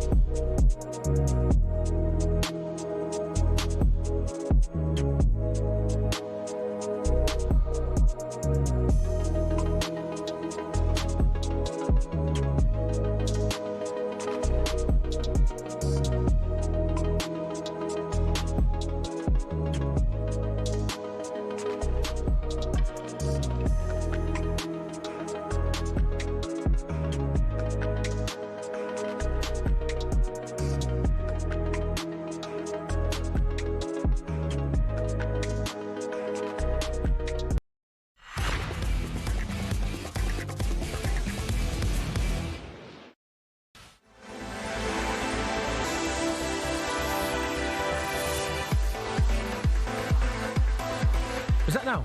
Oh, sorry. Yeah, that is now, yeah. He was referring to the best of talkSPORT, which is coming up in just a moment. Conor Benn joins us in 6 minutes' time. Apologies for that. Before the break, I asked a question on the back of Erling Haaland missing a penalty at the weekend. Which 2 players share the record for missing the most pens? If you think about it... Shearer? Well, yeah, I was going to say who took the most of them. So I'm gonna Shearer's 1. And who would have... Just think of another great striker. Defoe? No. I don't know why I said that, because Defoe's... what? Defoe's what? Ledge. Top. Kane. No, but that kind of... Rooney. Yeah. How many penalties do you reckon they both missed? What's your guess? 12. 11. Sterling Khan will be joined by Conor Benn ahead of his rematch against Chris Eubank Jr. to fight you can hear live on talkSPORT this Saturday. But first, earlier than advertised, it's time for this. Yeah, usually we do this at around about 1:45. But because... Why do you think the music's much, Jack? Because we got Conor Benn coming out. We thought we'd do it now. The best of talkSPORT friends, we run you through some of the recent highlight moments from across talkSPORT. Let's kick things off with the weekend breakfast show. The wonderful Shaban Ahern was alongside the equally great Tony Cascarino. Shaban was complaining about her husband's golf obsession. When the kids were young and he used to leave for golf in the morning. Yeah. Every time the door shut. How'd you got away with it? Have you I used to stick the fingers up. When he left the house, I used to just give him the finger. I'd be like, go on, just play your golf. Because I want to be here with the twins. Does Mrs. Benn get annoyed with how much you play paddle? Why say talk about paddle? Well, it should be play paddle. Nah, not at all. Do you ever talk to her about it? No, because I do it like when I'm coming to work. I know, but you leave early to play paddle. No, but I still leave at... she goes to the gym. So I still leave at like... Oh, so she's not... Okay. Do you know what I mean? So it's not like you could go for... Right, no. Okay.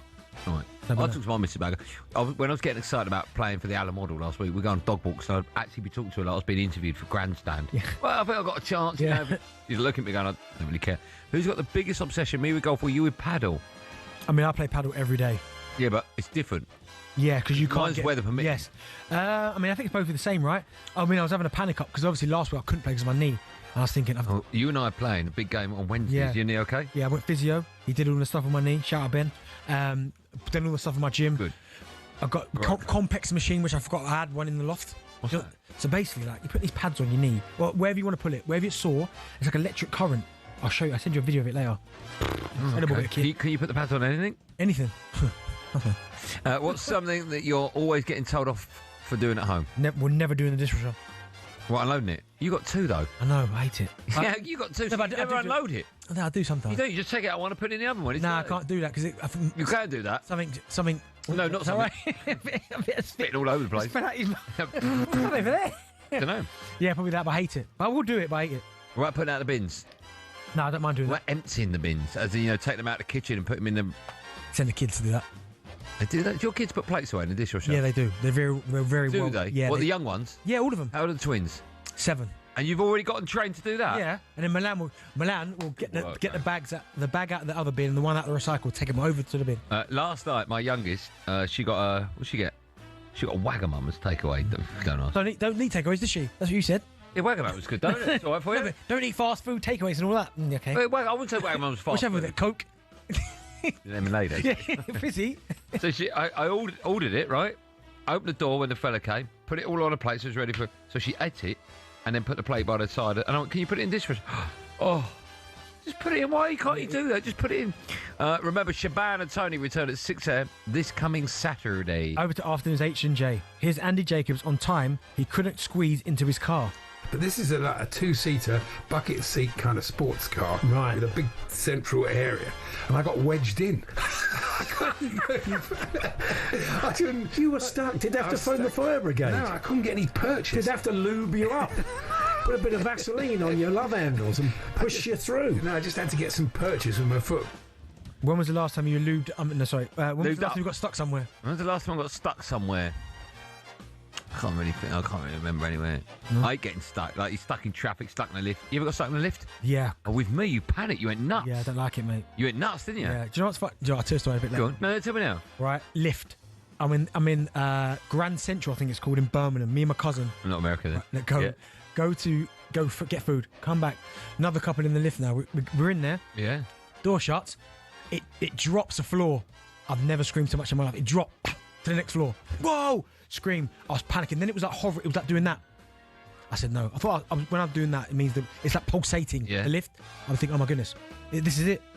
Time's over. I thought it dropped a whole floor.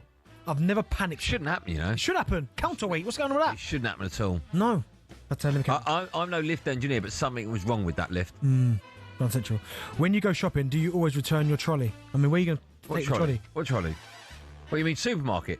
Supermarket mean? Oh, me return the trolley to the bay. Oh. Yeah, of course you do. One of the people a couple of people that pinched a couple. What do you mean? What do you mean? They live near the Oh, they take them over there? Put it in the back garden, yeah.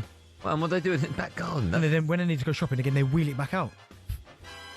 What? So they wheel down the high street with an empty basket? No, because they live next to a big superstore. That's terrible, Bentley. Well, it's not me. I bet it is. I bet it's like bloke in the pub said. Is it Billy? No, that's not. How good are you at parallel parking? What's the matter with Jack?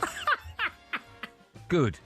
Brilliant. Is that all right? Paul and Andy will be back at 1 p.m. tomorrow for the best bits of the show. Check out H&J Daily, wherever you get your podcast from. Oh, how about this? We'll finish with 21 minutes to go. The brand new Unfiltered podcast I do every week. I have to say that this one's amazing. You know what? Last week didn't do any of these reads. This is very funny. Here's Candy and I proving that we're very much a modern man, as we had no issue naming the brother of Jake. Hold on, before we play it, do you know don't say it, but do you know that Jake Paul's brother's name? Don't say it, but do you know it? Yeah, we forgot. Craig Paul. It's Craig Paul. No. Jake Paul. John Paul. No, he's a Pope. He's Pope. Paul. Jake Paul. Jake and his brother. Go for the alphabet. A. And come out with the name. Okay. Andy. Arthur. No, okay. Right. But Barry Paul. Boris.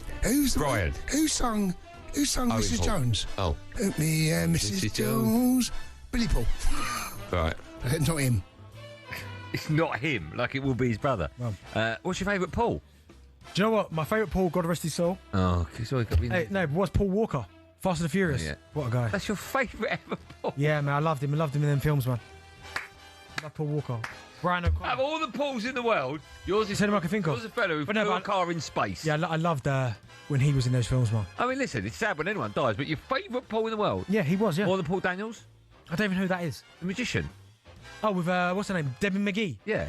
No, I don't really know too much about him. What about Paul? Not a lot of Paul's about, is That's what I'm saying. There you go, Bill. It's for later on in the quiz. When was the last time you had a brain freeze? Jack. What's the matter with your language, Jack? When was the last time you had a brain freeze? Oh, probably last week. There's plenty of times in the show. Yeah. And what's something that today's kids are into that you just can't understand? Do you get the old 6-7? Do you get your kids do that? Yeah, they do. Yeah, 6-7. Even when I'm used to playing proper Call of Duty and that, when they play Minecraft. Oh, no, days and hours. Days, mate, hours. Like my kids fully having fights over Minecraft. Nuts, isn't it? What's the other one they play? There's another one they play. Minecraft. Also, it looks the same, building stuff. But it's not even good graphics. I know, it's terrible, isn't it? Minecraft. What's the other one? There's another one. Where you can get the coins for it. Oh, someone's going to be shouting at the radio now. Do you know what it is? Because my kids also... Can I have... Yes, Roblox. Yes, Joe. Well done, Joe. Hey, awful graphics. No, seriously. What is that word? Because I say it quickly with my kids still. I think it's Roadblocks. I think it's Roblox. Roblox? R-O... Blocks. Not R-O-W. R-O... Blocks. Yeah. What's the row stand for? No idea. But do you know what I have to do? Because my kids are often... You got to pay for them. Often asking me, can I have some Roblox, please? Like, Robux, they're called. That's right. I'm like, cool. But it gets that aggressive in my house between my kids. We have to delete the app sometimes. Let them have a little breather. Nuts, isn't it? God, crazy. You were in my house. You took my furniture. That's right. What? One of my kids years ago on... What's the first one? Not Roblox, the other one. Minecraft. Right. Had a meltdown that she forgot her signing name. Yeah. Meltdown. I can't get into my house. Do you know what this brought out recently? I've just seen it. Remember Tamagotchis? Yes. Key rings. Bring them back out. Will you look after the pets? Yeah. Yeah. Here's a little story about that, right? Just quickly, sorry, Joe. There was a world record for how long you could keep a Tamagotchi alive. Tamagotchi, whatever they're called. And when it come out, I found a way of cheating it. So you change the date on it when you start it. And so it looks like it's lived like 300 days. And my Tamagotchi was like 300 days old and the world record was like 24 days. And I contacted Guinness World Records. They were having none of it. Yeah, because you're a cheat. Yeah, but they didn't know I was cheating. I should have been in the paper. They probably did. They probably did, actually, yeah. Yeah, Tamagotchis, brought them back out. New episodes of 21 Minutes to Go drop every single Monday. You can find them on the talkSPORT where we get your podcast from. Make sure you down. It's a great episode, 21 Minutes to Go. Of course, you can find all of our shows on the talkSPORT app. You can swipe between talkSPORT. That was a good thing about last week. Didn't have to do it. We should have done it. It was there. I just didn't read it. We should have done it. No. By the way, how long do you think 21 Minutes to Go will last if you listen on 1.5 speed? What's your guess? Someone told me this. 7 minutes. 16 and a half. Is it? Yeah, so it could be 16 and a half minutes to go. What about if I put it on 2? So it's just rapid, so I don't have to do it. Well, half of 21. Brilliant. 10 and a half minutes. I might add that to my my collection. Playlist. Yeah, Well, why don't you listen to one? Because you told me a story about one and it was appalling. No, I didn't tell you. We just played a little bit of it. Probably the worst. This is a great episode for you to listen to. You said that every week. Okay, I'll tell you what you do. Download it tonight. It's only 21 minutes. Yeah. Tomorrow, you can be honest. I'll let you be honest tomorrow. I can't be honest, though. Yeah, be honest. You know, I hurt your feelings, man. I don't No, do but that's what I'm saying. I have every confidence in it. All right, and we'll listen tomorrow morning. Okay. On the way in. All right, 21 minutes. Okay, cool. 21 minutes, go download it. When we come back, it's a big fight at the weekend. I'm sure you're aware of it.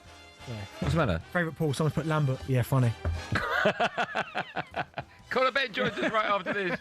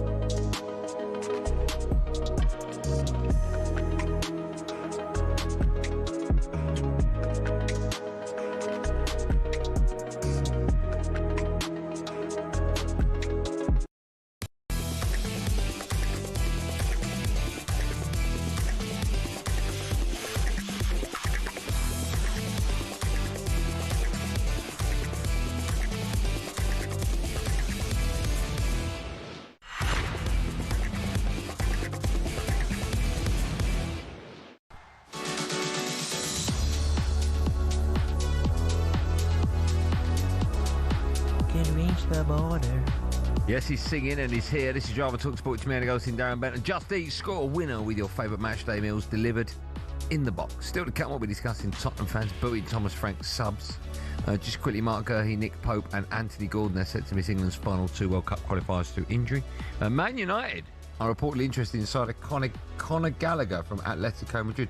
Every time there seems to be a transfer window either open or approaching, he gets linked to Man United, doesn't he, Conor Gallagher? Yeah, good player.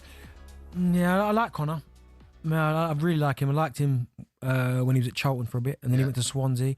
Was brilliant at Palace. Yep. Was brilliant at Palace. Was brilliant at Chelsea before he was their captain, wasn't he? Yeah, shipped him off. Yeah, I like him. I don't know why, but his time at Chelsea, I always think about one moment when there was a big argument for the pen, and he got involved and went, no, give it I don't know why that sticks in my mind. That. Good player. I like him. Yeah. I like him. It'd be brilliant for you lot. Yeah. I mean, we've been linked to a number of players in that role, right? Mm. Out of the three, Belieber, Wharton or him, put them in order. Oh, my goodness, it's hard. Belieber, Wharton, Gallagher. Yeah. And the only reason why I said that is Belieber looks like he's more durable. Yeah. Okay. Let's turn. We're waiting for Conor Benn to join us. This is basically how it works, right? So when we get people like this down the line, as we call it, we have certain time slots. If the first interview he does goes 3 minutes over, everyone else's goes 3 minutes over. And if in the second one he's 2 minutes over, that's 5 minutes and it carries on. So it's a little bit over. So we're waiting to get the green light. So it will be happening, but it might happen after 6. But we're waiting. I thought I'd tell you that. Right, so while we're waiting for Conor Benn, let's turn our attention to Spurs now. They, of course, drew 2-2 at home to Man United on Saturday in dramatic fashion. We saw a game which both sides scored during stoppage time. One of the big talking points of the game came when Spurs, their fans, booed Thomas Frank's decision to replace Xavi Simons with Matthias Tell. And, of course... Well, that backfired. Well, I was going to say a few minutes later, Tell equalised for Spurs. Frank spoke to talkSPORT after the game and gave his reaction to the fans booing. I think every single time I make a substitution, I do it for the best of the team, with only one aim, to try to win the match or get a point or whatever the score is. Today, it was successful. Matty came in and scored the goal. Xavi, overall, I think was another step forward in a positive performance. He started a lot of games and... we need a little extra freshness.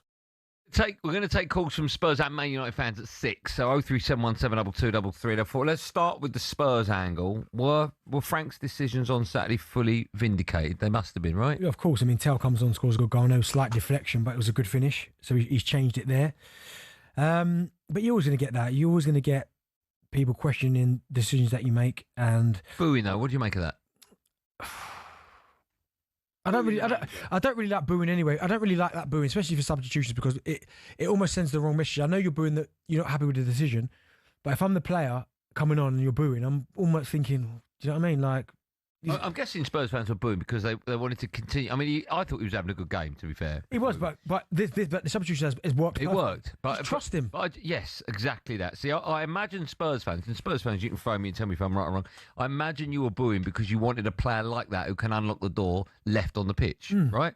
But you could argue if you wanted that style of play, then you shouldn't have got rid of Ange Postecoglou, because he wouldn't have made that change and you might have lost the game. Potentially. And as it is, your manager's made a decision. He's seen maybe a weakness to exploit, and he's made changes, and it's worked in your favour. Exactly, and it was a good finish. So, yeah, that's my only thing. If you're a player coming on and the fans are booing, it sends out the wrong message. You may not be booing the player, you're just booing, but still, I'm part of that decision, because you're booing the manager taking someone off. So, Fattel, he scores the goal, and then Richarlison scores the, which is a really good header, by the way, instinctive header. But the fact that they couldn't see it out, and they let De Ligt score at the back post, I mean, again, good header. Vicario maybe might look at it and go, yeah, I think so. Could have kept it out. But it's always good games when Man United play Spurs. Yeah, it is. It's always good games, but...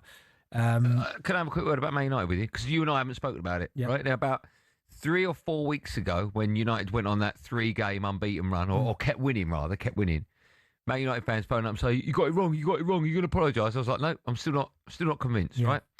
I'm still not convinced 3 at the back has ever worked and will ever work. And I just thought at the weekend, he made changes, like Mazraoui came off and he replaced him with Ahmed.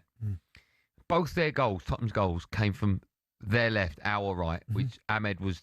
when we defend, he's a right back. Yeah. He ain't a defender, and they came down from there. I'm pretty sure that when Forest equalised, their goal came from our right, their left, right? You can't constantly making these changes. Makes 5 subs during the game. Yeah. I don't think any manager needs to make 5 unless he has to, right? And two things about Freshen that. up. Well, 2 things about that. One, you've constantly told me that if you're a new player coming on, it's not just, oh, he's got a fresh pair of legs, he'll be better. It takes 20 minutes to get the pace of the game. Right? People don't realise that unless they've played, but that's right. 100%. You come on the pitch and people are expecting because you're fresh. When you're younger, it's different because you've got that young energy, right? But as soon as you're getting older in age, when you come onto the pitch, that first sprint, I promise you, like, the ball's cannoning around, and the players who are already on the pitch, they may be tired, but they're up to speed with the game, so they're still moving the ball sharp. It's coming to you, it's bouncing off you, you're like trying to catch your breath at the same time. It takes you a little while to kind of get up to speed. Yeah, and so that was one of my factors, right? You're changing 50% of the outfield players, which I think is nuts.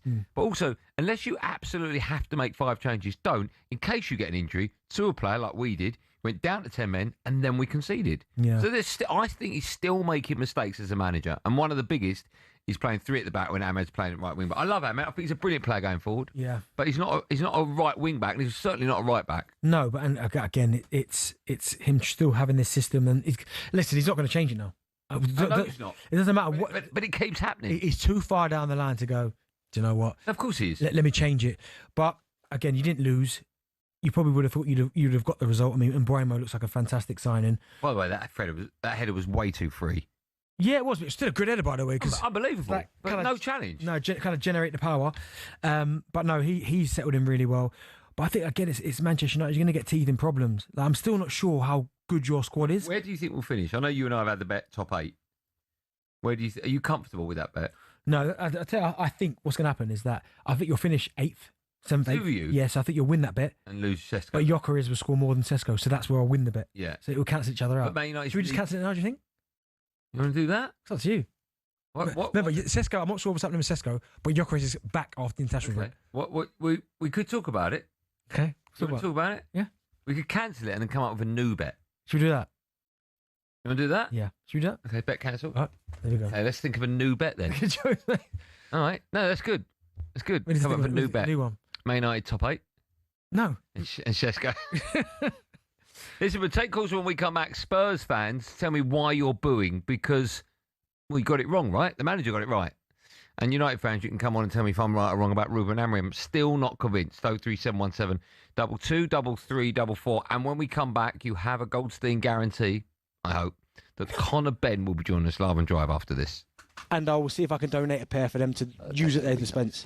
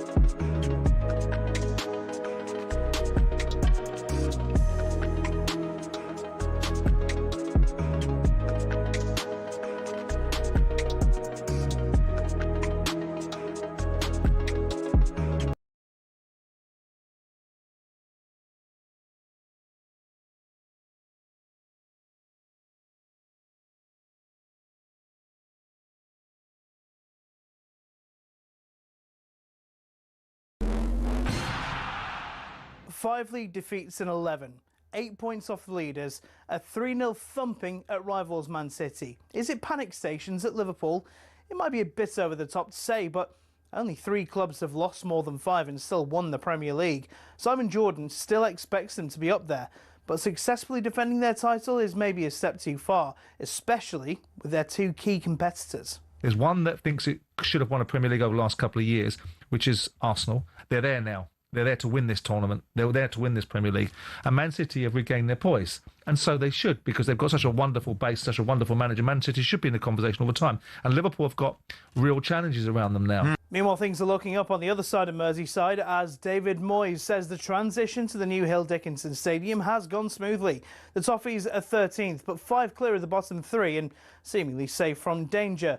But Moyes would like just a few more goals from his squad. It's always been important. It's not as if it's just important now. It's always been important in football, but it's just felt probably a bit more difficult, definitely, to get people who can get those goals, which everybody needs. As Wolves, where it's all changed. Rob Edwards is set to be confirmed as their new manager, leaving Middlesbrough, but he's been issued this warning by talkSPORT's Martin Keown. Can you actually see that there's anything there for you? Over the period, they've lost Cunha, Neto, Fabian Silva, and Nori. They're just, what they're doing, Jim, they're just sifting through their players, taking all the good players out, and now the players that have come in aren't at the same level. He's doomed. Now, just how excited should we be to see Marcus Rashford in an England shirt this week? European football expert Andy Brassel says he's been a man reborn since joining Barcelona. The click between him and the other front 2 is amazing. It was a great game last night at Celta where they won 4-2 in the end. And Rashford is terrific. And of course, part of those assists is taking set pieces as well. And the International Olympic Committee has said it's not yet made a decision over the inclusion of transgender athletes in women's sport. Reports from the Times suggested they were planning to issue a blanket ban effective from the 2028 Games in Los Angeles. Get more on talksport.com.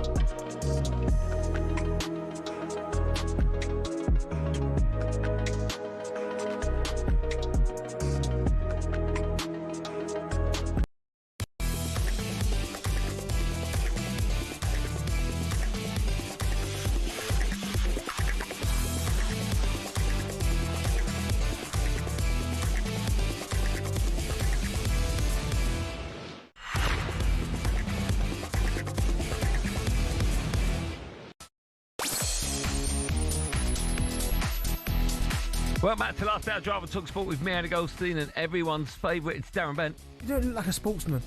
I am a sportsman though, Darren. We'll see I when. don't think I've ever called you Darren. Anyone actually call you Darren? What does your wife call you? D. D. Anyone call you Darren? Your kids call you Dad, obviously. Yeah, my mum. Darren. Darren. Okay. What about Big, what's that called? Big Merv. Big Merv. Still to come, we'll find out what Benty is serving up in his tea time takeaway this week. But first, there's a big old night of boxing live on talkSPORT this weekend. Oh, can't wait.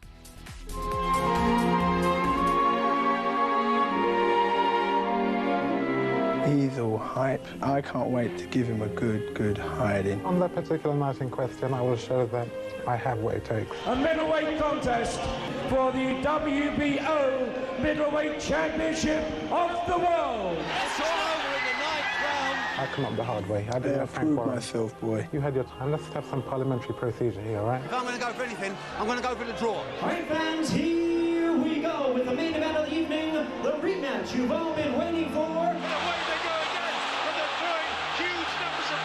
These scumbags blocked that ambulance. And Eubanks now is starting to feel it. Oh, big right hand from Eubanks. This is insane. I ain't going to go in there and try and render him unconscious as much as I'd love to. Going to be disciplined in there. Both guys here going for it. So, big left. The final scene, absolutely delivered. We'll catch you next time. Genuinely lucky enough to be there for the first. Cannot wait for this one. Don't forget, talkSPORT brings you the huge rematch between Chris Eubank Jr. and Conor Benn. It's this Saturday. It's live from the Tottenham Hotspur Stadium. Heavyweight Dave Allen joins our expert boxing team that will keep you right across a busy fight week. And of course, don't forget, you can watch along with us on the night over on the talkSPORT Boxing YouTube channel. And of course, the fight is live on the Zone as well. Now, shortly, we'll be joined by Conor Benn in just a moment. We're waiting for him to literally put down the mic of where he's chatting to now and pick up ours. Before we do that, let's take some calls. We were talking about Man United's 2-2 draw with Spurs at the weekend at the Tottenham Hotspur Stadium. 0371 722 3344 is the number you have dialed. So let's talk football before we talk boxing with Daniel, the Man United fan. Hi, Daniel. Evening, lad. You well? I'm great. I'm very well, man. Thanks for asking. How are you today? Yeah, good, thanks. Good. Good. What would you like to say as a Manchester United fan? I enjoyed some of the game of the weekend. I thought Spurs were awful, especially first half. But we've heard this word transition. It's like we've all of a sudden become dependent on Casemiro, a little bit leaky at the back, and I don't know. I think we're struggling to kill games off. We just need we bought some good quality in the summer, but we're still a few signings away from just being a competitive team again. I think we're still going to be hit and miss now. I don't think we'll do much in January. We never really do, and when we have, it's gone wrong. I think we've just got to ride this season out. I hope we can. Talk to me about the manager. Maybe. Well, I think you've just got to give him time. He's a clever bloke. He knows football, doesn't he? And I don't think you could pick a manager that could do better with the squad we've got. I don't think there's many about that could do better with You're our not going to get Pep. No, but you just said that you can get a manager. So that's reasonable. You can get. No, but what I'm asking is, could a manager get a better tune out of these players? Well, no, I don't think so. Because you say Pep is, he's an unbelievable manager, but he had a terrible season last year for his standards, with a far better squad than what we've got. But okay, let me ask you this, right? And I know he's not going to change. I know this, but I don't think we've got the players for three at the back. I don't think Ahmed can defend. And we've got the players, or better players, for argument's sake, 4-2-3-1, right? Now, there is an argument to be said that if another manager comes in and changes it to a better formation which suits the players he's got, you might get a better tune out of these players. Yeah, I think maybe it might only be short term. I think it's a funny formation because it does change within the game, and it seems like some games he likes Maguire when he knows they're going to be teams that are going to try and cross the ball in a bit more, and then teams that are quicker, he seems to start Yoro, and I think we haven't got a set 11. I don't think he's got a set 11, just due to the quality around the squad, and I think, I still think 3-4, definitely midfield, because when Casemiro is on the pitch, I think I saw something we've conceded 5 goals, and then he can't do 90 minutes, so he goes off, and that's it. 2 games in a row, Casemiro's off, concede 2 goals. So I don't see it. It's hard to judge him with this squad. Okay. Yeah. Let's talk Spurs now. Gary's a Spurs fan. Joins us. Hi, Gary. Hiya, how are you? I'm good. Can you turn your radio off and not down, please? Yeah, all done. Beautiful. What would you like to say? Yeah, I was at the game on at the weekend, and there was boos. There was a bit of frustration, but he made the right decisions. He had to affect the game, and that's what he did. What were the boos for? I just think people want to see Simmons as a success and see him do the right thing and be creative, and he's starting to do that. But Frank gave you the explanation after the game. He said that he was tired, he played a lot of minutes, he started a lot of games, but you can't argue with it because he affected the game. He brought on Odegaard, he brought on Udogie, he brought on Tell. And we should have won the game at the end. We shouldn't have thrown it away. We made the mistake at the end by leaving De Ligt unmarked. But I have full faith in Thomas Frank. He's getting it right. He just needs, 16 games in? Yeah. We look a much better team than we did last year. He's affecting the games. And Postecoglou didn't make changes. He was too late in making changes. And by the time he made changes, we were 2-3-0 down. Yeah, I think they should believe in Thomas Frank. I think he'd be brilliant. Yeah, I agree. We'll go back to Spurs and Manchester United in just a moment because we promised you earlier that we'll be joined by Conor Benn ahead of his rematch with Chris Eubank Jr. It's this Saturday. It's live on talkSPORT and DAZN, and I'm delighted to say he joins us now as we say hello and good evening to Conor Benn. Hi, Conor. Oh, he's joining us after the break, is he? Okay, fine. I'll save that. Hi, Conor. Hold on. Hi, Connor. What's that? After the break? Yeah, I'll speak to you soon, mate. Okay. Connor, what's happened to your voice? Nothing. Hello? Connor, Moose, you there? Oh, hello. Oh, I'll talk to you at the end of the show. No worries. Okay, so the Moose at the end of the show. When we come back, Conor Benn joins us.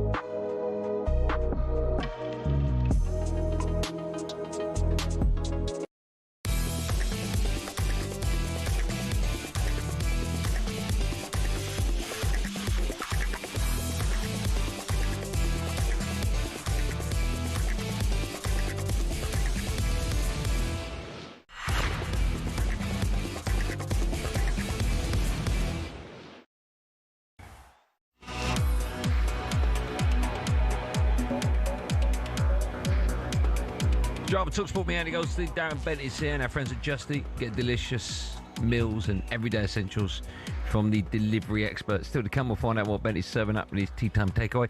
Now, earlier on, we promised you that Conor Benn would be joining us ahead of his rematch with Chris Eubank Jr. It's this Saturday's live on talkSPORT and DAZN. He let us down a few times. Usually what happens is when we get the guest on, I have a pop at him, but obviously he could beat the living daylights out of me, so I don't care when he's ready. But he's ready now, so let's say hello and good evening to the superstar that is Conor Benn. Conor, good evening to you.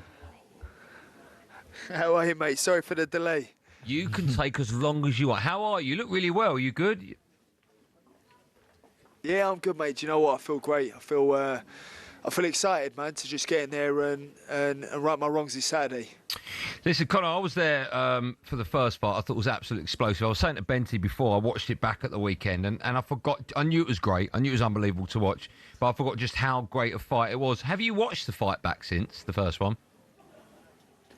I've probably watched it back twice since the fight because it was a hard one because it was the way I fought in there. Yeah, I fought with courage and heart and my spirit, but I knew that wasn't the best version of me, and I didn't stick to the game plan. I let the emotions of me get the better of me. So for me, I watch it and it's just, you got to be a harshest critic, can you? Conor, I've got to ask you then, because the build-up for the first fight was intense, and I mean, from the very first press conference all the way up until the fight. Do you feel like this camp's gone a lot calmer, and do you feel a lot calmer about this second fight? I'm a lot happier. Of course, you got to remember there was so much noise surrounding the first fight. It's my first back in the country in 14 months. First fight back in 14 months. It's my first fight back in the country in about 3 years. So for me, it was a lot of emotions. It was my first fight up at 160, second time doing 12 rounds. There was a lot of variables there for me that I dealt with on the night. I've done the best I could with what I had. I'm not going to ask you to take your top off, but if you did, would you look any different to first time around? Do you feel any different? Do you feel stronger? Yeah, I'm hench. Go on then, take your top off. I'm coming in heavy for this fight. But then on the other hand, I'm excited to drop back down to 147. This is my last fight up at 160, so I hope everyone enjoys my fight up at middleweight. But for me, I'll be campaigning back at 147 straight after this. Conor, I have to remain impartial. I have to, but I hope you win. Do you feel as though this is last chance saloon for you, and not just for you, but for the Benn name, of course? Do you know what? Listen, Eubanks is a great fighter. I take my hat off to him. He has my respect. He had more courage, heart, desire and will to win than I thought he'd have. I thought it was curtains after the third round when I hit him with a left hook. And I genuinely thought it was going to be an early night. But he had a lot more heart than I thought. But do I chase this as redemption? Of course I do. Do I want revenge? Yes, of course I do. But ultimately, this is a fantasy fight for the British public that I'm glad I could deliver to everybody. And that was me jumping up 2 weight divisions to give everybody this fight. This wasn't on my radar. This wasn't a fight that was supposed to happen. We made it happen. And it's turned out to be one hell of a fight. But as I said, I'm excited to drop back down to 147. Conor, you said it there about the heart that both you men showed in the ring. I mean, Andy's right. It was an absolute classic, right? Do you feel like you brought out the best in both of you? Because both of the fighters, you had to go to the very end, even when you were probably tired as anything, keep throwing punches. Do you think it broke? You saw the best of Chris and he saw the best of you?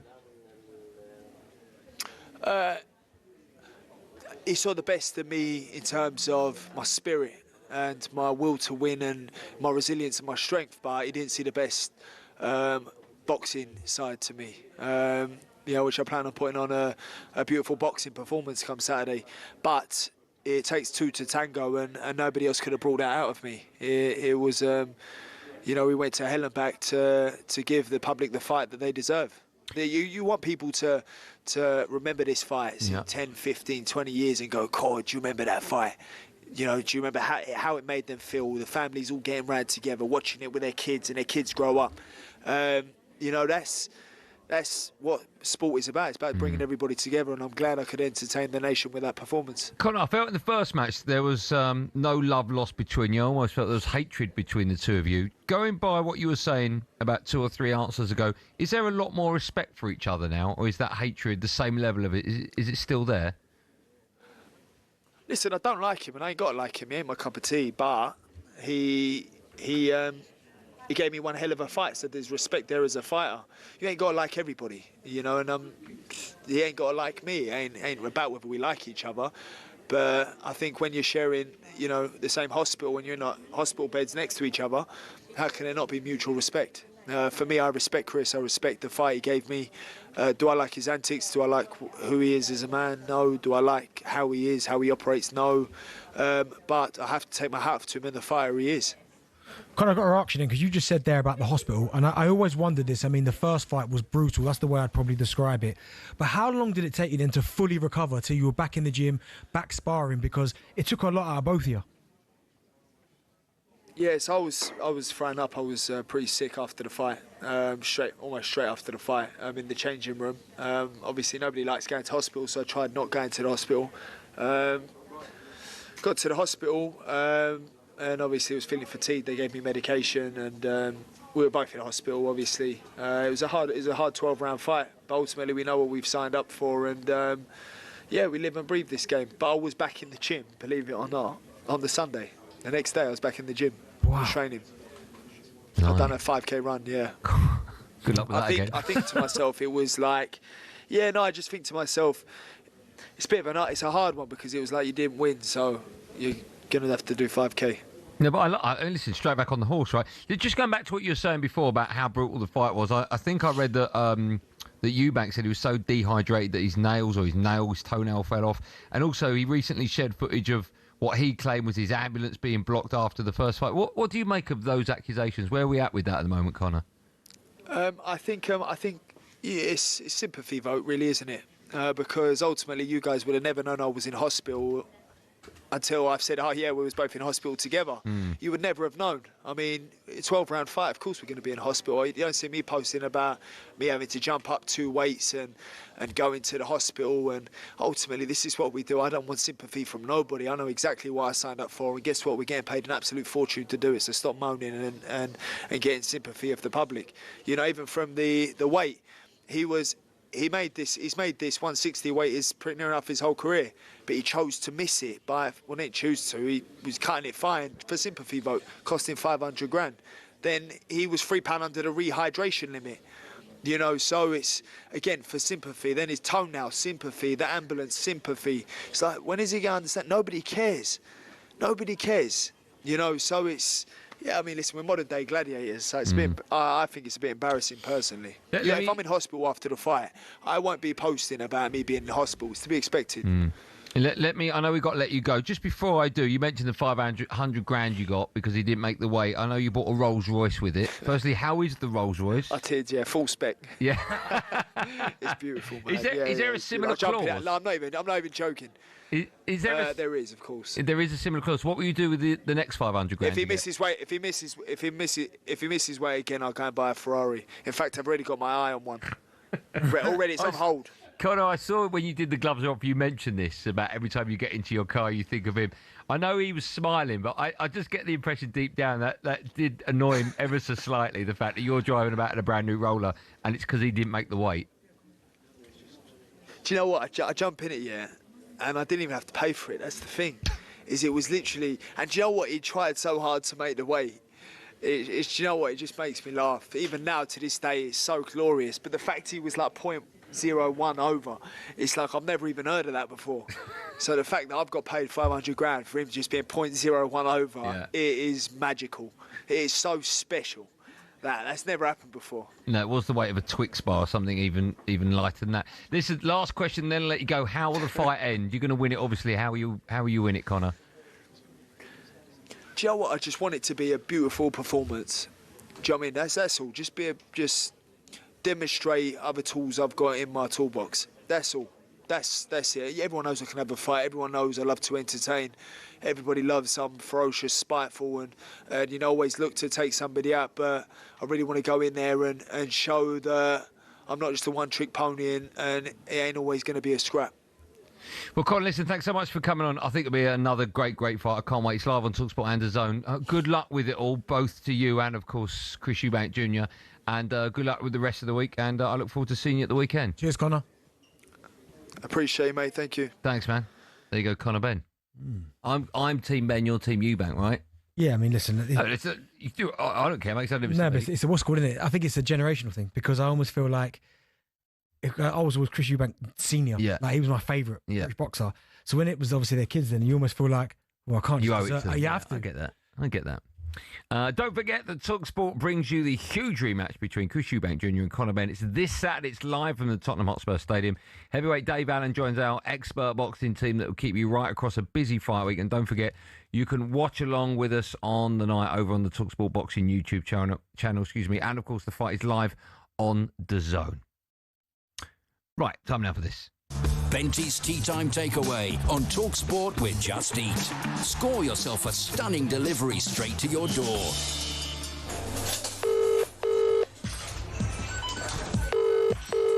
How you doing? It's Darren Bent. Takeaway. Can I take your order, please? Get my hands, marinate all up in the thing. I like my medium well. Ginger beer, oil over it. Get my brush thing, get the oil over it. It better be Heinz. If it's not Heinz, honestly, I'll lose it. I'm Darren Bent, and this is my Tea Time Takeaway. By the way, it's International Week. Joe, me and Ben Jerk need off. to do our jerk off this week or next week. Next week. I'll message Levi. Next week. Yeah. All right, we'll do that. Yeah. If he can't come in, Tom Kerridge will come in. We'll get one of them in to judge it. Yeah, every time you get your boy in, I always win. Oh, well, we'll see. We'll see what happens. Shout out, But Tom. next week is the jerk off. All right. All right? Yeah. We'll do it. Right, we haven't got time for any audio because of our chat with Conor Benn, so let's just talk about some of the games from the weekend. Where do you want to start, Darren Bent? Let's start with Brentford boss Keith Andrews speaking about the win. Okay, we got no audio, but I'm going to start with... You've never linked to audio in your life. You need to start showing Keith Andrews some more respect. So he says, Andy... It does say that, and you know what? I do. I really do. Because you said that... I said absolute madness. They'll go down. Yeah, relegation favourites, but he... And I wasn't alone, by the way, saying that. Well, you was alone in this office. Studio. I don't know if I was. You was, mate. Well, even though Tandan said they're going down, it's his Nah, team. but no, I mean, Keith Andrews, unbelievable. Do you know, I always knew he was... Oh, here we go. No. Here we go. Always knew. Go on, did you? As a Let talent... me write this one down. Yeah, go on. No, because... Always, never doubt. When I used to do a lot of Sky games more so... Yeah. I did a lot of work with Keith Andrews, and the way he spoke about the game, him and Liam Rossini were the two, I went, oh my goodness. Yeah. It doesn't surprise me that he's gone on to do really well, but you deserve to give him an apology. No, I've apologised numerous times. Yeah. I think there was a stat on, was it Match of Day 2 last night? Their seasons are identical. This one compared to where they were last season under Thomas Frank. Yeah. I think 10th and 12th is the only difference in the Premier League, but marvellous job. Quickly move on to Forest. They beat Leeds 3-1. I mean, what takeaways are these? My takeaways are points, not games. But anyway, no audio. No audio. Okay, I mean, who's Jack doing? Why are you pushing? Now, but I just said this could be one of the best relegation battles we've seen in a long time because, other than Wolves, you'd say, okay, it looks like it. I know it's sad, obviously, your old man's team. Yeah, that's fine. You look at above them, you've got Forest 9 points, all the way up to Newcastle. Now, Newcastle are not going to go down, of course not. But look at the amount of teams that are down there. You go, like you can tell me who now you think's going down. Wolves, Okay, and that's it. And that's it. Show me the bottom of the table. Forest. See, Bentley. So you've got Forest. West Ham have just started winning. So you've got Forest, West Ham, Burnley, Leeds, Fulham, Newcastle. Well, you'd put your money. I mean, if you had to put your money on only because I'll go Burnley, Leeds, but for no reason other than newly promoted and all that. Exactly. So that's why I think it could be one of the best relegation. Well, let's quickly talk about them. West Ham. I mentioned they've won again. 3-2 wins over Burnley, ironically. Callum Wilson scored at the end as well there. Yeah. 2 wins on the bounce now. Is this the beginning of the beginning? You think so? I mean, again, Nuno, I always knew he'd get it right, but Callum Wilson's a striker that, I know injuries have played its part, but if you get him the ball in the box, he'll score goals. I mean, even his goal's instinctive. Somerville cuts in, shoots, takes a slight deflection. He's the one there to nod it in. Is there any chance he can get an England call up? I mean, that's his aim. I was listening to an interview with him and he said that's the ambition. Oh, did he say that? Yeah, and do you know what? I don't think he will, but when you start looking around at who's up against, you go... How many goals do you need to score between now and the end of the season to get that call? 15 to 20. That's a lot of goals. Well, you're not going to get him with 8. No, you're not. So if he gets 15 to 20, it's almost like... Do you know the highest scoring Englishman at the moment in the Premier League? Danny Welbeck. Yeah. Yeah, and he's not there. So he's not there, so what do you think? Yeah. You were the highest scoring Englishman, right? And didn't go to a tournament? Twice. So Theo Walcott don't phone up. That was Bentley's Tea Time Takeaway. When we come back, we'll be doing other stuff.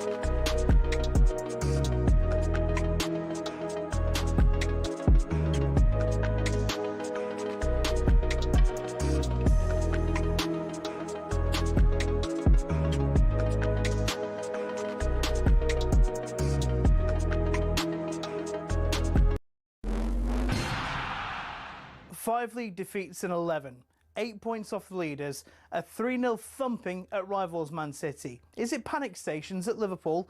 It might be a bit over the top to say, but only 3 clubs have lost more than 5 and still won the Premier League. Simon Jordan still expects them to be up there, but successfully defending their title is maybe a step too far, especially with their 2 key competitors. There's one that thinks it should have won a Premier League over the last couple of years, which is Arsenal. They're there now. They're there to win this tournament. They're there to win this Premier League.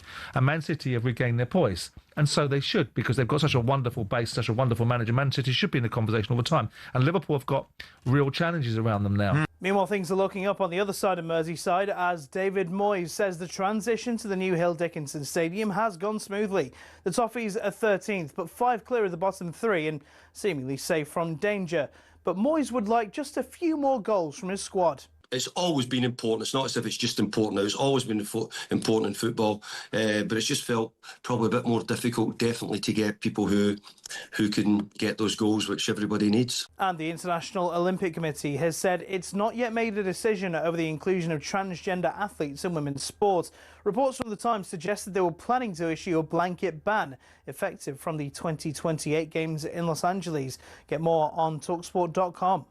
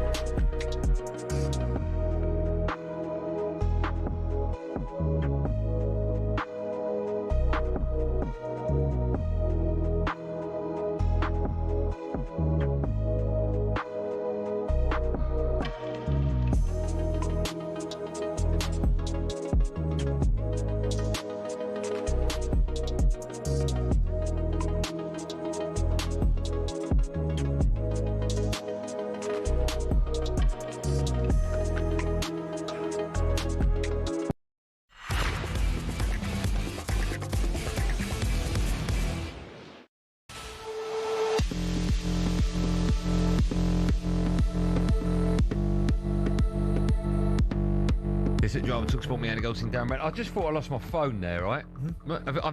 Touch wood, I've never lost a phone. You ever done that? No, never. I mean, it's horrific, isn't it, that feeling? No, I'm not really fussed about it. Oh, I would be, mate. It's got everything on it. Just a hassle of... do you update your phone? Do you back it up? Sorry, 71. What, Rennie Russo? Yeah. Is she really? It's funny things we were talking about Lethal Weapon 3 in the break there. Yeah. Do you ever back your phone up? Yeah, I think modern day phones now, like after a certain point, they back up anyway if it's connected to Wi-Fi. I'll back up. Oh, so you use the cloud? No, but your phone just automatically will back up, keep backing up. No, but if you lost it, it's not backed up to anything. Yeah, it's still backed up to the cloud. Oh, that's what I'm saying. I don't use the cloud. Yeah, or Google, whatever it's called. I don't use any of that. Why? Because I don't know what's up there and who's looking at that, do I? You know, it's not an actual cloud in the sky, right? Yeah, I know. I don't trust any of that. Is all your stuff backed up on the cloud? Yeah, the Google Cloud. The Google Cloud. I don't trust any of that. Follow us at 7 Natalie Toyo's kick-off. Tonight she's got former Premier League midfielder Danny Murphy and the Liverpool fan Darren Lewis alongside her. Right, are you ready, DB? I'm always ready. Doesn't look like it. I'm always ready. Time now for this.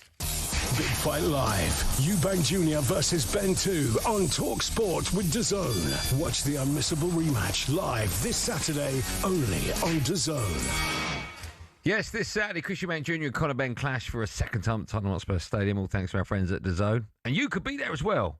We have an amazing pair of tickets up for grabs this week, along with travel, accommodation and spending money. Join us now to try and get their gloves on the prize. Very clever.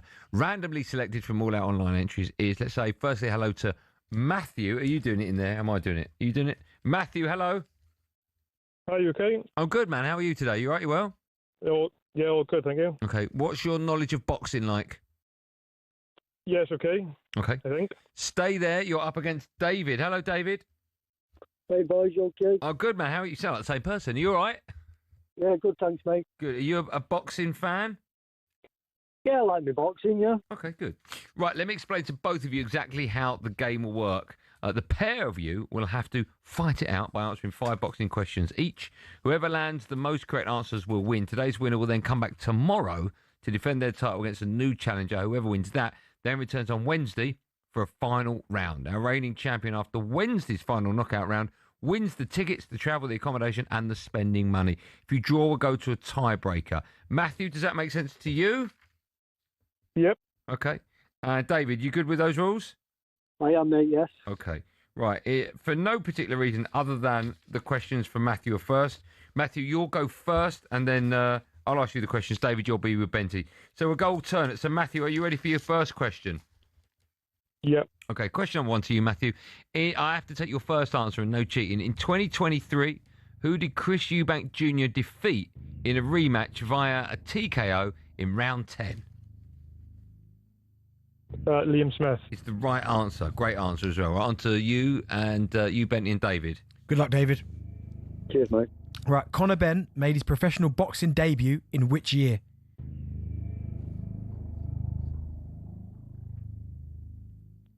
David? 2011. No. It's not. It's 2016, I'm afraid. Right, 1-0 to Matthew. Matthew, question number 2. Who did Muhammad Ali defeat in the 1974 Rumble in the Jungle? George Foreman. Right answer. 2 out of 2. David. Right. Who did Andy Ruiz Jr. shockingly defeat in 2019 to become heavyweight champion? Joshua. Which one? No, I'm joking. Yeah, I'm joking. Yeah. Well done. You got it right. Right, you're 2-1 down. 2 questions asked each. 3 to go. Matthew, your third question. In last month's fight at the O2, who won the Parker Wardley fight? Wardley. First name? Fabio. Is the right answer. I didn't need that, but you're correct. 3 out of 3 so far. Dave, you need to get this one. Which boxing stance is Chris Eubank Jr. known for using?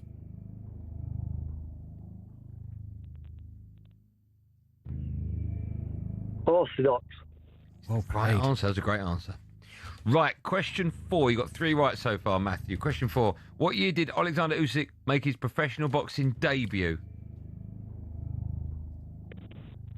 2013. Oh my goodness, that's a great answer. Well done. 4 out of 4. David, if you get this wrong, you've lost. Okay? Yeah. Here we go.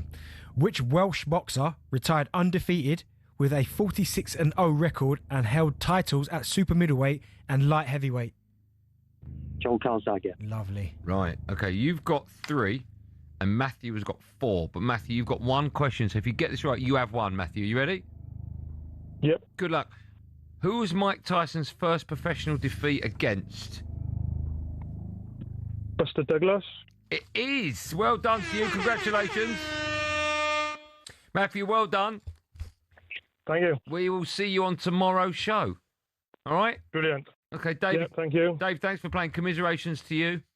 No, thanks. Cheers, boys. Our pleasure. Have a lovely afternoon or lovely evening. So Matthew is coming back tomorrow. If you'd like a shot at the title by taking on Matthew, get your entry in now at talksport.com/win, and you could be joining us on tomorrow's show for the next round. That's all thanks to our friends at DAZN. Watch the unmissable rematch Eubank Jr. v Ben 2 live from the Tottenham Hotspur Stadium this Saturday, live only on DAZN. Big Fight Live. Eubank Jr. versus Ben 2 on talkSPORT with DAZN. Watch the unmissable rematch live this Saturday only on DAZN. I should point out that myself, Andy Goldstein Darren Bent alongside me, we're doing our show live on Friday from The weigh-in, I think it's at Bethnal Green's York Hall. I think it's there.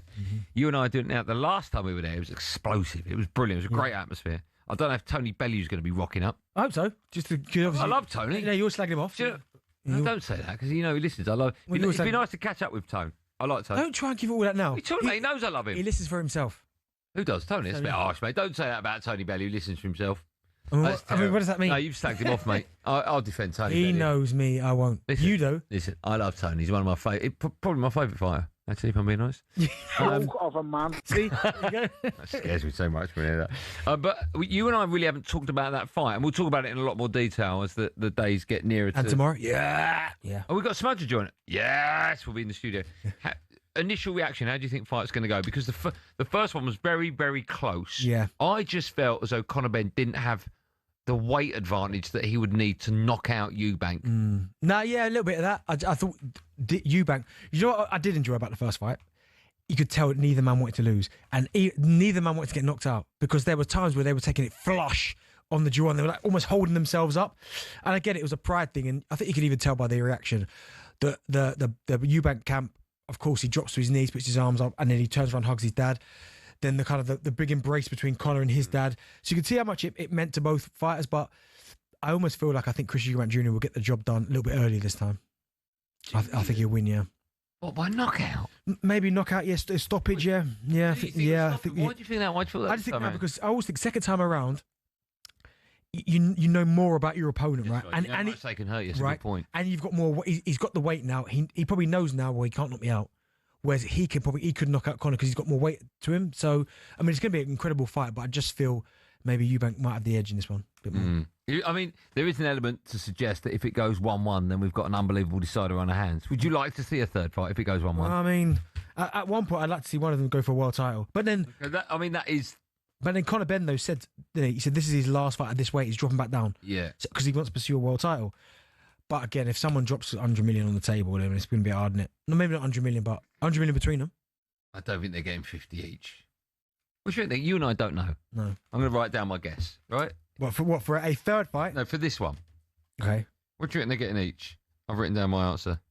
Each? Yeah. All right, well, I think it's roughly a bit different. I think so. You think Eubank's going to get more, don't you? Yeah. So I'm going to go with 20 and 25. I've gone 20 each. Yeah, 20 million each. Yeah. I mean, it's incredible money, innit? But you know what though? And I know you're going to get some people saying, "Oh, no way, it's way too much," right? But the way they completely smashed each other up in the first fight, I mean, they were both in a bad way. Yeah. I mean, he spoke about being sick, Conor, straight in the change room. So, that ain't good. I saw him come from the boxing ring down the tunnel. I was in the tunnel after the fight, waiting for both boxers, and I saw them walk both of them in front of me one at a time. I mean, they looked like, obviously they had gone through an absolute war, but I mean, when you see a man like that looking as battered and as both of them look like that. Yeah. I mean, it's frightening to see. I was this close to both of them. Do you always think, when the adrenaline wears off, that's how sore they are. Yeah, the pain. Yeah, I know. If you could fight anyone on Team Drive for a world title fight, who would it be? Win? What? Because I know Billy. Yeah. Okay. Well, Billy will be in the studio right after this for the end of the show quiz. A small little weak imbecile called Goldstein.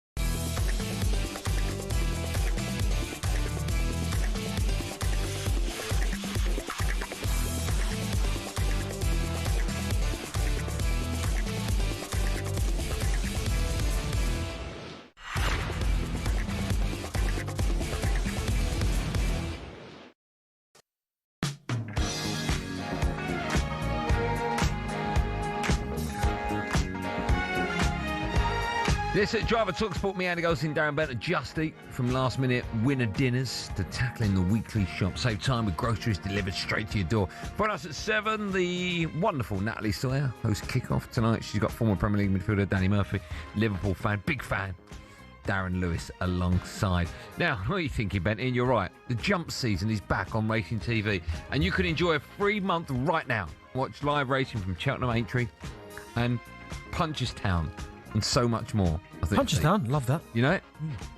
Just head to racingtv.com/free trial. Can I just ask, sorry, this is important because the word trial is not underlined. Is it free trial? It is. Let me say that again then. racingtv.com/free trial. Do that now to get your free month. The jumps look better on Racing TV. And to celebrate, Racing TV is giving away a pair of tickets, how about this, to the New Year's Day racing at Cheltenham, a 50-inch telly and a 1-year subscription to the channel. That sounds amazing. Go to talksport.com/win to enter. 18+, T's and C's apply. Right, it's time now for this. Get in the ring to win on talkSPORT. One more Billy will be in the studio in just a moment. But first, let me tell you about a new prize up for grabs, and it's a knockout. We're giving you the chance to win 2 tickets to the highly anticipated rematch between Chris Eubank Jr. and Conor Benn at the Spurs Stadium on Saturday, the 15th of December. The prize includes a one-night stay at a 5-star hotel in London, plus £5,000 spending money to make it an unforgettable weekend. This is all you need to know. 18+, UK excluding Northern Ireland. For a chance to win, text the word BOX to 83338 and you're in the draw. Text costs £2 plus 1 standard network rate message. You must have the bill payer's permission, or you can enter for free by calling 0330 880 3338. All entries must be received by the 13th of November at 1 p.m. and you need to answer our call to win. This is a TalkSPORT limited promotion. Full terms and conditions at talksport.com. Now, what were you going to say? When we're going to Flat Club for our... Oh, yeah, we need to do that. I've got the trophy still in my... Okay, good. We'll bring that. Now, we love Billy. When's Billy coming back on the radio? Billy's the best part of the show. Said absolutely no one. So here he is, everyone, with his theme tune. Evening. Billy, lovely to see you. You too. How was your weekend? Thank you. No one cares, Bill. No one even knows you exist. Some people actually thought you were AI. Jack just asked if I ever get stopped in the street. You do, but not for the reasons he's questioning. Yeah, can't. Are you all right? Yeah, really good. Austin's golden paste again, I'm guessing? There's a little bit in it today, actually. There is none in that. Yeah. Hey, it's not a good advert for your hair product. Don't ever use But then I walked to work and my hair got wet, so... All right, okay. It's a good story. I'm going to write that down. Have you got a pen? Yeah. I'll use that in Is the it pub not water tonight. Hold on. So you walked to work, rained, to the station, and you got wet hair. Is it not water resistant? Yeah, it is. Oh, no, it washes out, which is what you want with a good hair product. Yeah, it's true. Let's wash It's not it a good out. advert, this, by the way. Yeah. No, don't ever touch it again. All right. Do you want the tub back? Don't what? Do you want the Yeah, tub back? Yeah, I sell it for about 50 quid. All right. Available at DamianBarber.com. Yep. Has anyone from British Airways contacted us yet in the PR department to get us upgrades for our flight to New York? They'll do that. They won't let us down. Should we end the show quiz? What are we doing? Yeah, I've been watching a lot of Friends in the office. I know you have. Yeah. What one did you see today? Ross just got a tan. Well, funny. Oh, He kept spraying him. He kept turning around. That is very funny. That one. Yeah. You do no work. You just watch Friends all day. Just watch Friends. Yeah. Okay. So the quiz about Friends today. Again? Is it really? Again? Yeah. All right. I haven't done a Friends quiz in a while. Yeah, mate. Nah. Chandler. Andy, do you want to go first? Yeah, of course it was my according to YouGov poll, which is the least favourite friend? Phoebe. It's a bit harsh. Harsh, innit? I've got to name one of them. Do you want some options? No. All right. It's not Phoebe. Well, is it one of the 6? Is it one of the 6? Yeah. So it's not Gunther. No, it's one of the 6. Ross, Monica, or Rachel? No, he's got it wrong, Bill. He said he's wrong. It'd be Ross then. Nah, it's Monica. What? Yeah, Which one was Monica? Courtney Cox. It's a bit annoying. Okay. Benty, what is the longest running British TV show? Nothing to do with Friends, really, that one. But EastEnders. Or Corrie. Corrie. It's got to be Corrie. It's got to be Corrie. Do you want your options? Oh, No, give me Corrie. I'm just going Corrie. Every day of the week. Yeah, it is Corrie. Yeah. How many episodes do you reckon? How you doing? 2,506. 11,714. It started in 1922. No. Who's the geezer that's in it from... Mike Baldwin. No, is it Bill... What's Bill Roach in? Bill Wyman. No, Bill Roach. What's he in? That's Ken Barlow. Yes, right, yeah. He's been in it from the start, right? Yeah, that's right, yeah. 1923, I think, first episode, wasn't it? No, I didn't write it down. Oh, yeah. What, 1923? Yeah. Just after the Second World War. First World War. Really? Yeah. Andy, a lot of the friends end up dating each other. Yeah. But what percentage of relationships begin as friendships in real life? 16, 36 or 66? Middle one. 36. Yeah. 66. Absolute garbage. I thought that was garbage as well. I mean, I've known you for a long time. I'm never dating you. Oh. I might actually. You got a good personality. Cheers. Terrible hair. Benny, how much were the actors in Friends getting paid per episode? Oh, at the end? By the final 2 seasons. Oh, he's monster. Hey, 1.5 mil. Do you want the options? Yeah, go on. 200k, million, 2.5 mil. Mil. I'll go top. No, I'll go 2.5. it's mil. It's mil. It is a mil. Yeah, I remember. Yeah. Sorry, I read something. I know you got to do the quiz right. Didn't the Simpsons start getting something crazy and they had to cut back? Because there was about... It's a cartoon. They're not real people. No, but, okay, their voices were getting like a million episodes. I know, it's nuts. I know. Andy, how much do the 6 main actors make on reruns every single year? You're joking. How much do they make? So they've got £1 million episode, and that's not enough? They're making rerun money. 20 million each a year. Yeah. That's unbelievable. I mean, the history of...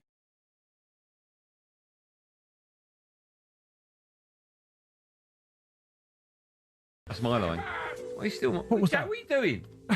Where is Jack? Okay. Go on, last one. Ben, do you want one that both you can answer? Yeah. No. Is that the question? Yeah. No. What percentage of Americans have seen at least a few episodes of Friends, according to a poll? Okay. Write down your percentage. Write down your answer. 43%. Oh, no, it's much higher. 71. 69%. That's me. 2%. I was 2% out. Not bad. Well, it's pretty much amazing, rather than not bad. Yeah, it's pretty good. Billy, do me a favour and just get out of my studio. Sure. Thanks. Yep. Billy, if you're lucky, we'll see you tomorrow. All right. Cheers. What music is this? No? Okay. Me neither. Is it Simpsons? Okay. And we're back tomorrow at 4. Thanks for listening. Have a good day. Be safe, everyone. Be safe. No one told you life was gonna be this way.